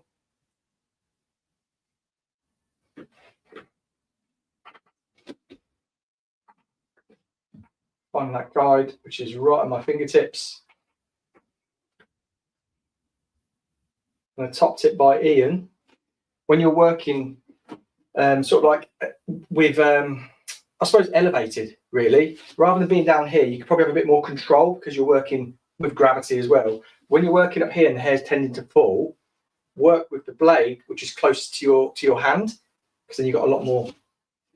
Oh, it holds tension better. Yeah. But you should be able to see there, we've created a lot more texture, but we've kept all of that weight down here. Now, if we wanted to affect the length slightly by just refining, how could we do it with this? So let's just bring her up that little bit.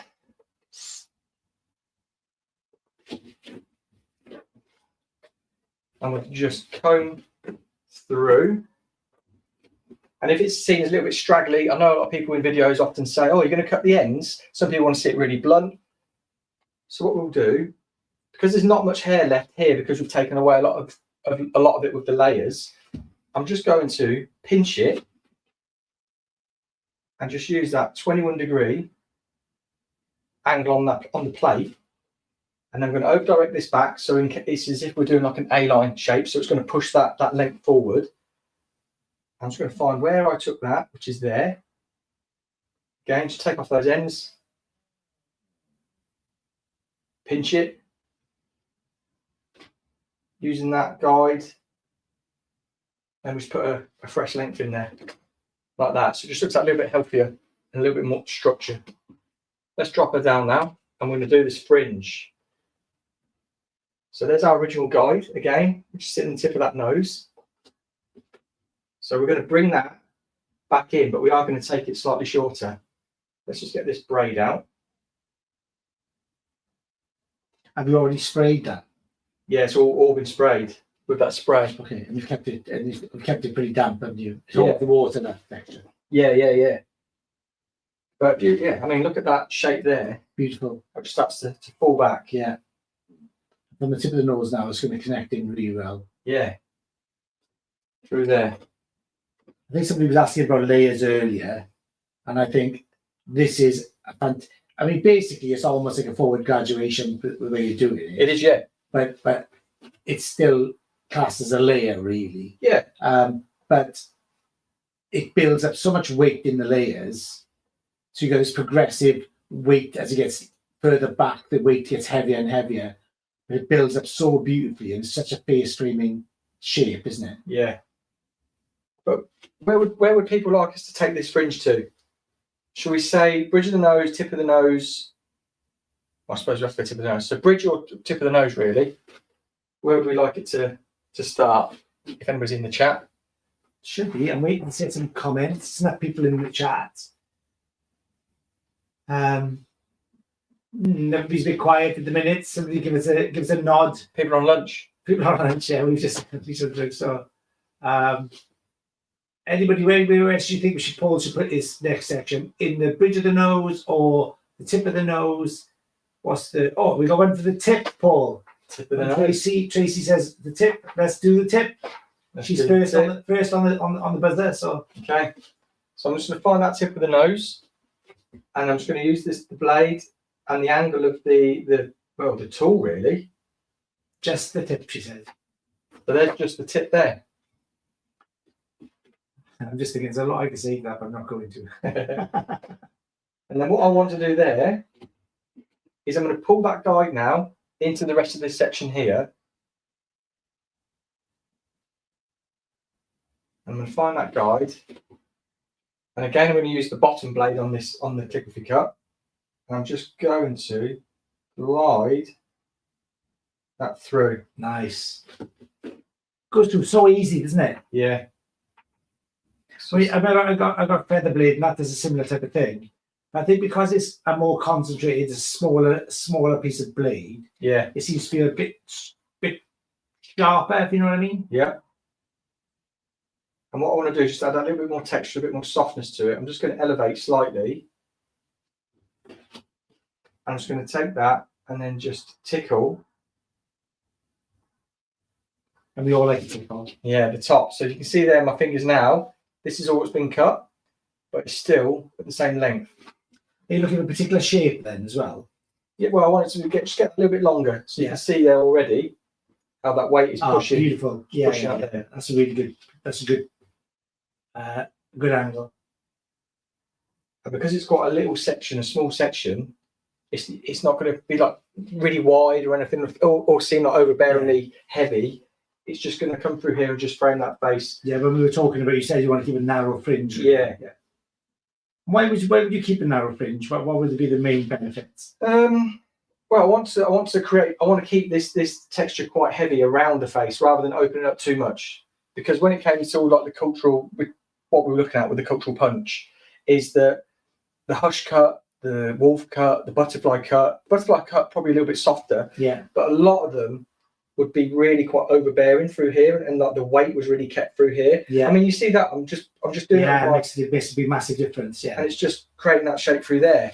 And then this just starts to curve up or curl out. But let's just finish this off.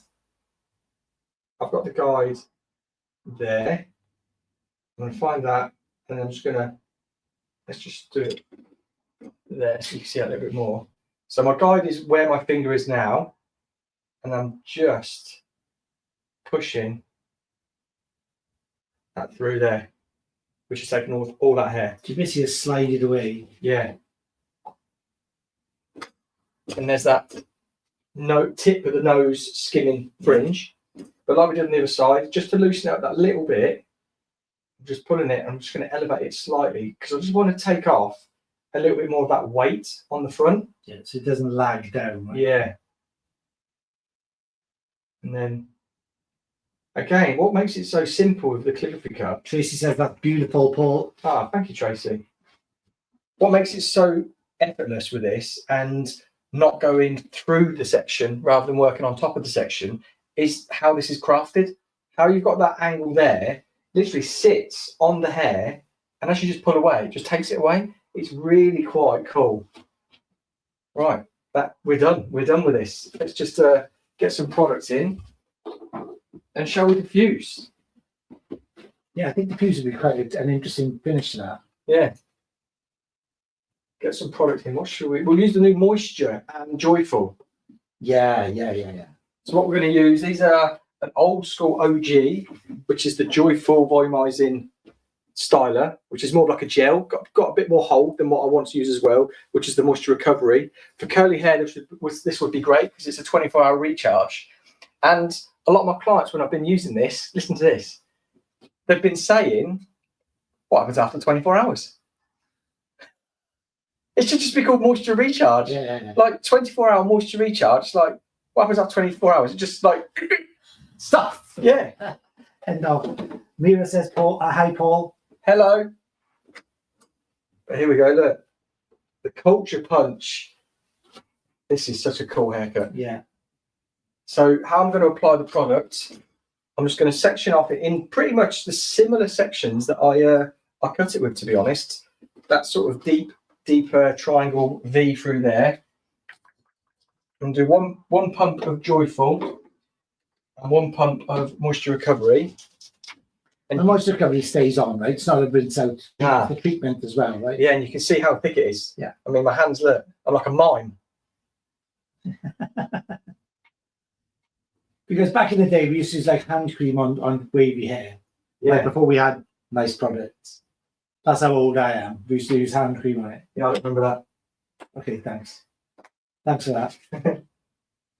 Anybody else remember using like things like hand cream? And do you know what else we used to use for like styling, for updos and stuff? What? KY jelly. Yeah, well, still use that now, don't they? Because it gives you the wet look Yeah, without drying out. yeah. If it did dry out, it went powdery, but yeah, that KY jelly, that multiple use product. Is that on the hair? Yeah. No comment.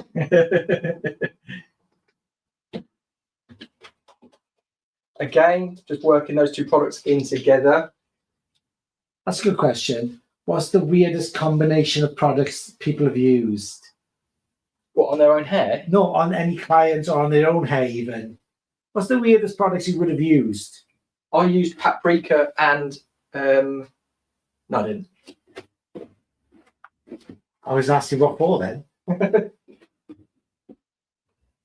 But yeah, look, you should be able to see this shape of like just starting to materialise before your eyes. I had a flat top once Yeah, in 1980 something, yeah, 84, 85 ish. yeah. And do you know what I used when I was on holiday one year? Because I forgot gel. Got to take my gel with me, and you couldn't get it in Corfu at the time. Yeah. Do you know what I used on my head to make it like stay spiky? See what? No, better than that. Tequila. No, it's close though. Yeah. Close. Lemonade. Oh, did you? Yeah. I used to put lemonade in it because it's basically sugar water. Yeah. So yeah, I remember my mate's brother for his mobile uses PVA glue Does he really? just to. That's crazy. Must be lovely to pick off. Oh, can you imagine? That was in my 84, 85. I've got the pictures to prove it as well. Yeah. Yeah. So hilarious. How I used to dress then. Not hilarious. I was really cool. But looking back, oh my God. I used to have a pair of shorts. It was so tight. I used to have a camel toe wearing them. I actually got a picture of it. Have you? Yeah, it's ridiculous. I'm a random with a camel toe. I don't know how to do it. I'll show it to you later. Ridiculous. But the products I'm using here aren't for like, it's not like a mousse, so it's not going to go crispy or anything. It's literally just in there to give it a little bit of hold and a lot of moisture. I think the movie was like, I think it was called Pretty Little Things. They had like a wet look. Yeah. I finished it. She was in the pool. And it's very similar haircut to that, actually. Is it? Yeah. It's a really good movie, that. I don't know if you've ever seen it. Rob Lowe was in it. It was really good. So now I want to do is just focus. Another reason for having the narrow fringe as well, I want to use the weight, which is maintained in here, to push that into there.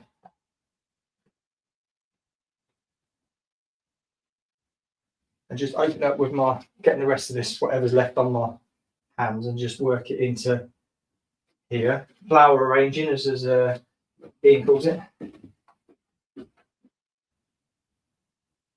Have you got your diffuser? Do you know, I didn't bring my diffuser, Paul. It's right, I've got it. It's in the other room. You got it. Okay. What are we thinking to that? That looks really bang on.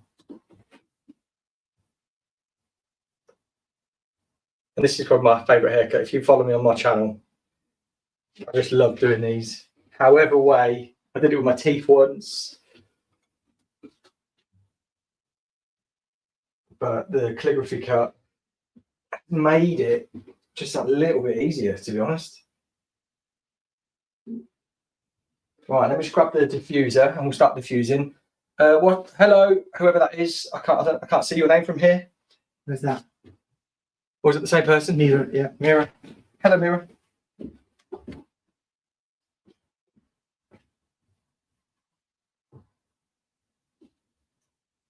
I'm just trying to find that movie. Okay. And this haircut here is for the person who just wants to wash and go. And that was one of our main points, wasn't it, when we were talking about this collection into ChatGPT? What did we really want for this collection to be able to do? Is wash and go. When he listens, he'll agree. Sorry, I'm with you. Go on. Say it again. We wanted one of the prompts for this collection was to have it wash and go. Yeah, that was one of the songs. Wash and go, low maintenance, like styled but unstyled. Yeah.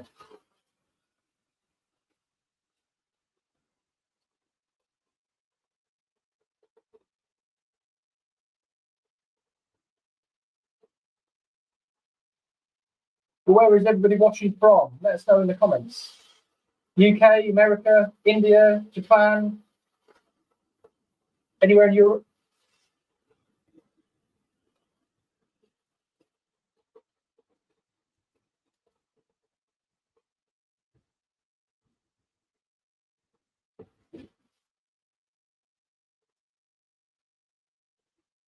America, we've got USA, America. Tracy's gone USA and USA. America, lots of American people here today. It's great. Tracy says beautiful. Irene Dublo is in America. Where in America exactly, Tracy? Irene, where in America are you? Are you like East Coast, West Coast? Are you in the middle? Where are you guys at? We are in the UK. In the UK, we're in Kettering. Oh man, that looks so good now. Just tell them our address, mate. What dryer is that, Paul? The Dyson. This is a Dyson hairdryer. And the reason we love it is because North Carolina, Chicago, Illinois. I've never been to Chicago. I want to go to Chicago. yeah, Chicago. Yeah, Chicago. I really want to go to Chicago, the Windy City.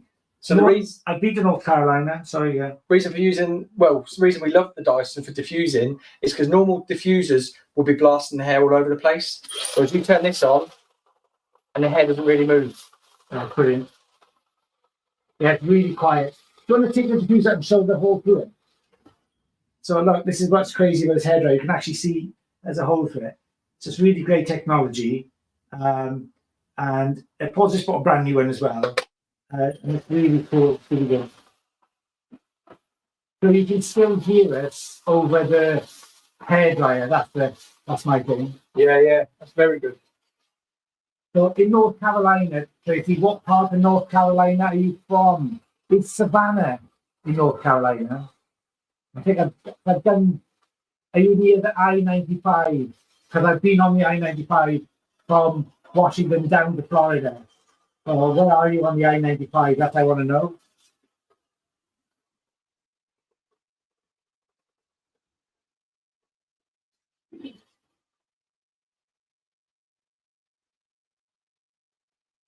Oh, I hope Tracy comes back to me. I really want to know where in North Carolina she is. Nice part of the world, actually.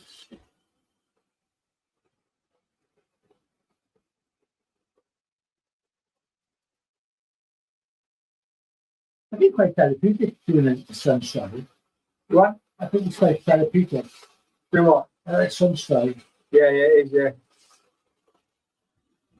It goes out western, right, where GA, in South Carolina, North Carolina. Okay, right. Oh, right, she's right on the borderland of North Carolina and South Carolina. Right, okay. What we need to do before you go is we need to put the shoulders on this. Oh yeah. And then maybe shoot some like side pictures. Yeah. And Georgia, yeah. So when I drove through Georgia, there was a sign that said "Welcome to Georgia." But even better, when you drive out of Georgia, there was a sign that said, "Thank you for having Georgia on your mind." Oh, really? Yeah, I thought it was like the best sign I've ever seen on the roadside. Thank you for having Georgia on your mind. So that always stuck with me when I was traveling. That's cool. States. Yeah, cool. So yeah, really cool. As you can tell, I'm a big fan of the States. Yeah. I love America. Well, we'll be doing some education out there when we get asked. Yeah. But we don't need to. We're connected with everybody in the States now. Yeah, yeah, So if there's any American hair companies out there, yeah. We are the hair pros or hair Yeah. grows, whichever way you want to spin it.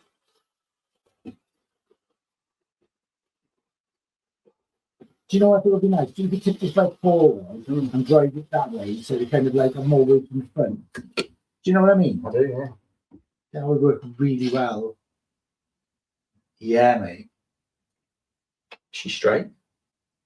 Yeah, she does look straight. She's a little bit off. Yeah, straightish. Yeah, if you drive it like that and you let all that weight come forward, Yeah. you can really see the line. And from here, I can really see that line. Yeah. It looks really good. That is so nice. And that's like a really effortless haircut, isn't it? Yeah. And an effortless. Right. And yeah, the amount of hairdressers that struggle to do it. Oh, I can't believe it. Yeah.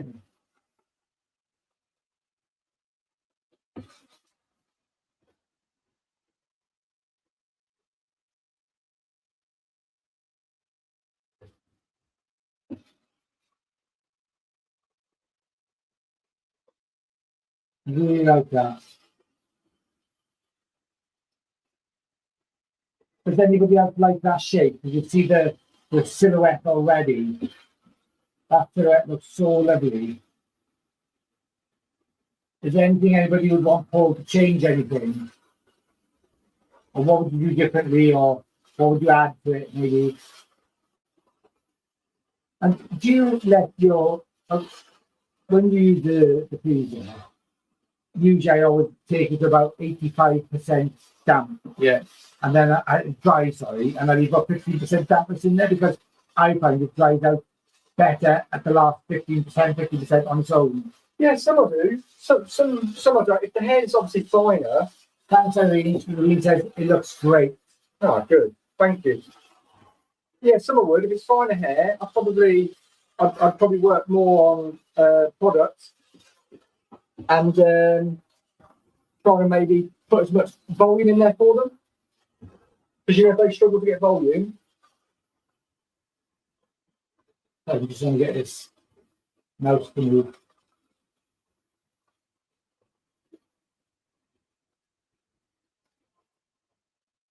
We've got activity on Instagram. We're sticking with our YouTube family at the moment. YouTube is tearing it up. Yeah, YouTube always does. YouTube is the best platform. I can't believe my bauble. That's really good, mate. Yeah, you've really got to do that one, isn't it? Oh, it's custom bauble, man. Oh, what's hair on it, then? Did it? Yeah, From YouTube. from YouTube. You never send me anything. You know, Do you know what I'm going to do? What? I seen this the other day. Someone did it with a Tom Ford bottle of aftershave, smashed it, and then they stuck it in a picture frame and put resin on it, and it was like it exploded. But I'll do it so it says YouTube and Port's hair, and There you go. Turning a disaster into art. yeah, so and I'll put that on the wall every Christmas. Have a look. Drum roll. There's a drum roll on there. That does look effortless. It was effortless.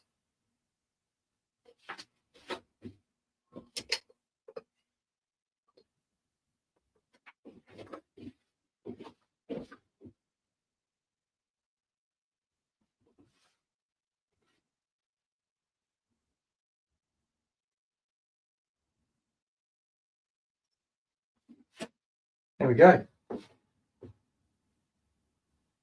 Bring it a little bit closer to the camera so you can.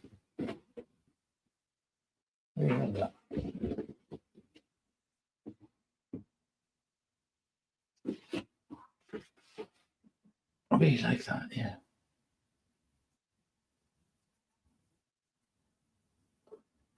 Oh, yeah, man. That looks so cool. Yeah. Can I touch it? Yeah. Let's just show the back, just so because people always say that you never show the back. Yeah, and you've done it the same, like even a 10% damp Yeah. makes a difference, I think. I kind of like, yeah, really nice.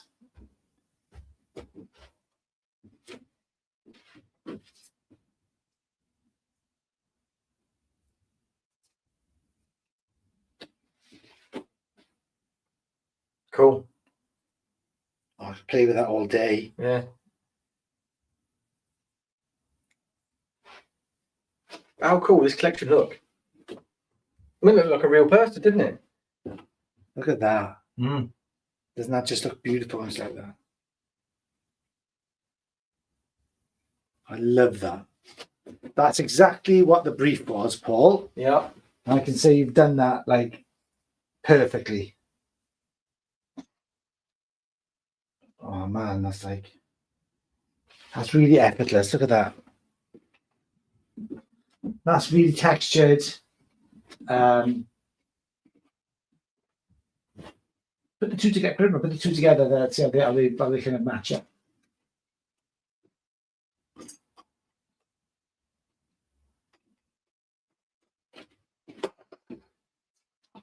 I was trying to get you on both.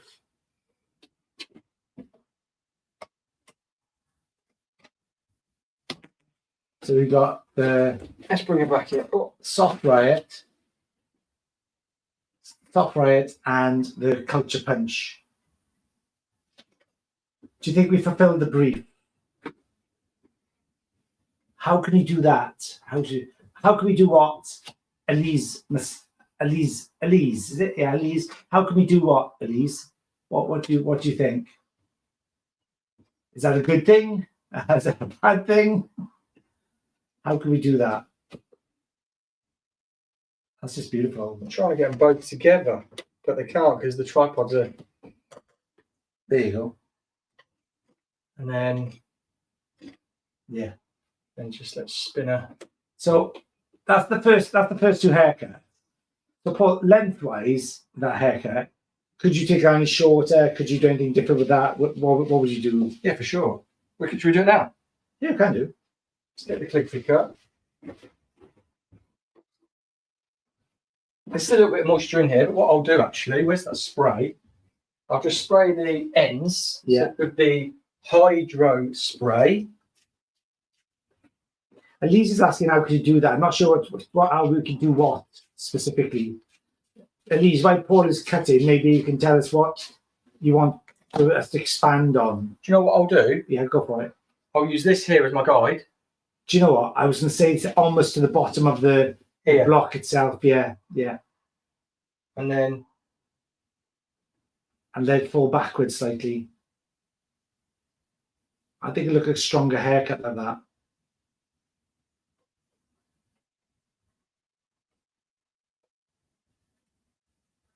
Yeah, that looks good.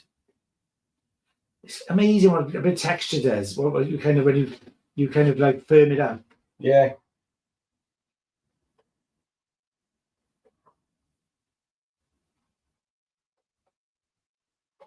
See, and now it looks like a different haircut. I love that fall. That fall's just lovely like that. It's really soft.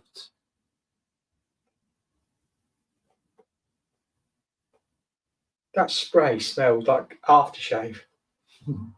I think it's the aftershave that you're actually wearing. It's your new Prada, darling. Is this Osmo supposed to be on? Or is it off? Yeah? Is the Osmo supposed to be on? No. Oh, I really want to know what Elise meant. How can you do that?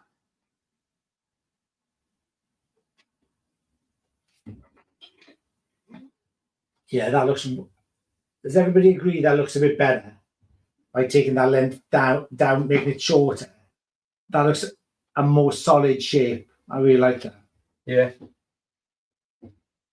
That's like Streisand in the 70s almost. 70s, maybe 80s. Love it, love it, love it. We got one more haircut to do for this collection, which is the short haircut. So we're probably going to share a bit of that haircut with you shortly. Yes, it's gorgeous, Tracy says. That's really cool. I think it's gorgeous too. especially now we've taken that with that length look a bit together. But that hurt, go on, give that a bit of a shake, that redhead. Oh, I think it's really, they look good together. Yeah. Do like that. Obviously, I'm both biased. They both look really good.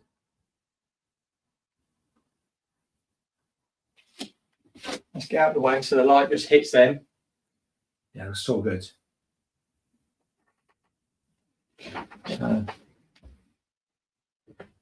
Zhuzh a bit.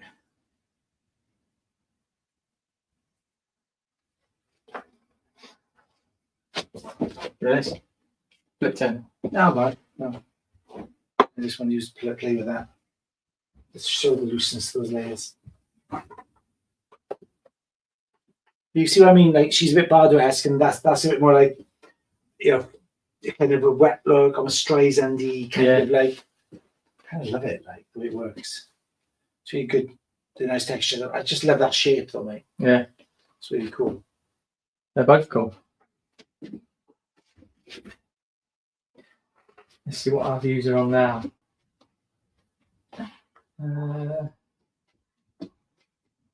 Where is it? So this is part of the collection. We've got the first two. We've got one more to go. This is the second one. This is the Poetic Rebellion. 8,000. Yeah. So this is the first part of the Poetic Rebellion collection. The collection is first haircut is what's the Soft Riot? Soft Riot. Second collection is the Culture Punch. Yep. And we got one more haircut to come. That looks banging, amazing. That's great. Like That's so process, cool. yeah. Yeah. Looks so good. And we got one more to do. So bear with us while we prep that up. There we go. There. Yeah, Tracy, go back and watch from the beginning, because you'll see both haircuts then from the start. I'm going to do another one as well, so it's going to be a bit shorter. Yeah, love that. So this is the Poetic Rebellion. collection part 1 and 2. Yeah. One more to go. One more to go. Right, want to grab a drink? Let's have a quick sip. Right, we'll grab a quick sip and we will be back in no time. 15 minutes. 15 minutes. Thank you so much.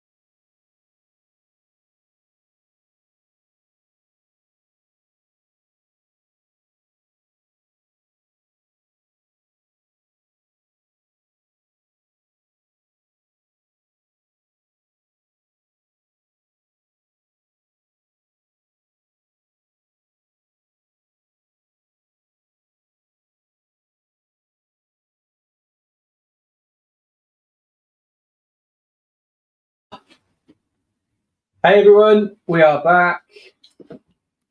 Let's.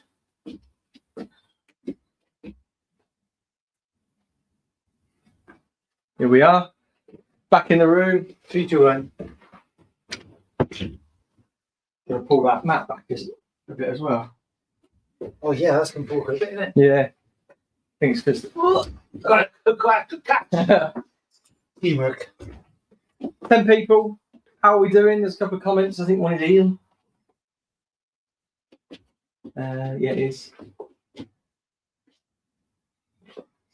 So we've got our third and final haircut today of the Poetic Rebellion. And this one's called the Quiet Rebellion, which is going to be really, really cool.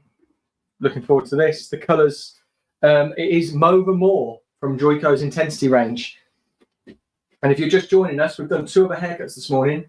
We've done one which is a softer inspired shag, and then one which is more like a textured, curly, lived-in, wash and go sort of shag. We're just going to section this off, so I'll be a couple of minutes, and we made a dash to get this, haven't we? Yeah, we've been to the salon, which is 12 minutes away. Shot there. Not the way you drive. No, well, it is 12 minutes because I drive. Yeah, sure.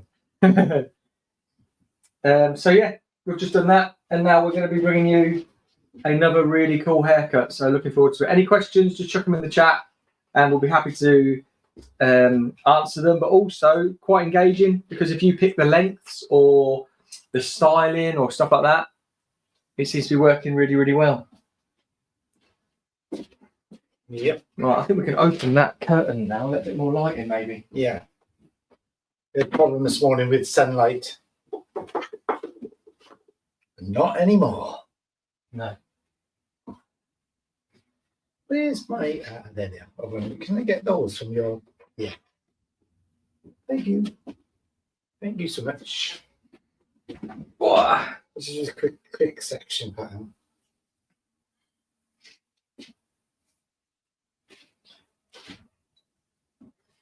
We were just talking about, we've really enjoyed streaming. We've been streaming for 4 hours. Is it 4 hours already? 4 hours pretty much nearly on the nose, yeah. That's pretty cool.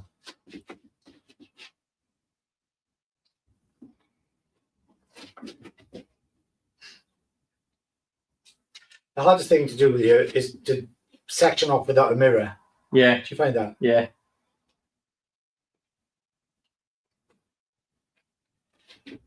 I know, I should really put a mirror on the back of the door. Oh, yeah. Not now. No. But I should, shouldn't I? Good idea, yeah. Or that wall should be a mirror. Yeah, you can't really see, can you? Yeah, not bad. Ceiling. Hang on. I could actually run a camera, get a long magic arm off the top of that light, actually. Yeah. And have the overhead camera back. There's only 6 people on. Should we restart this stream so it bumps people up again? Yeah, go on.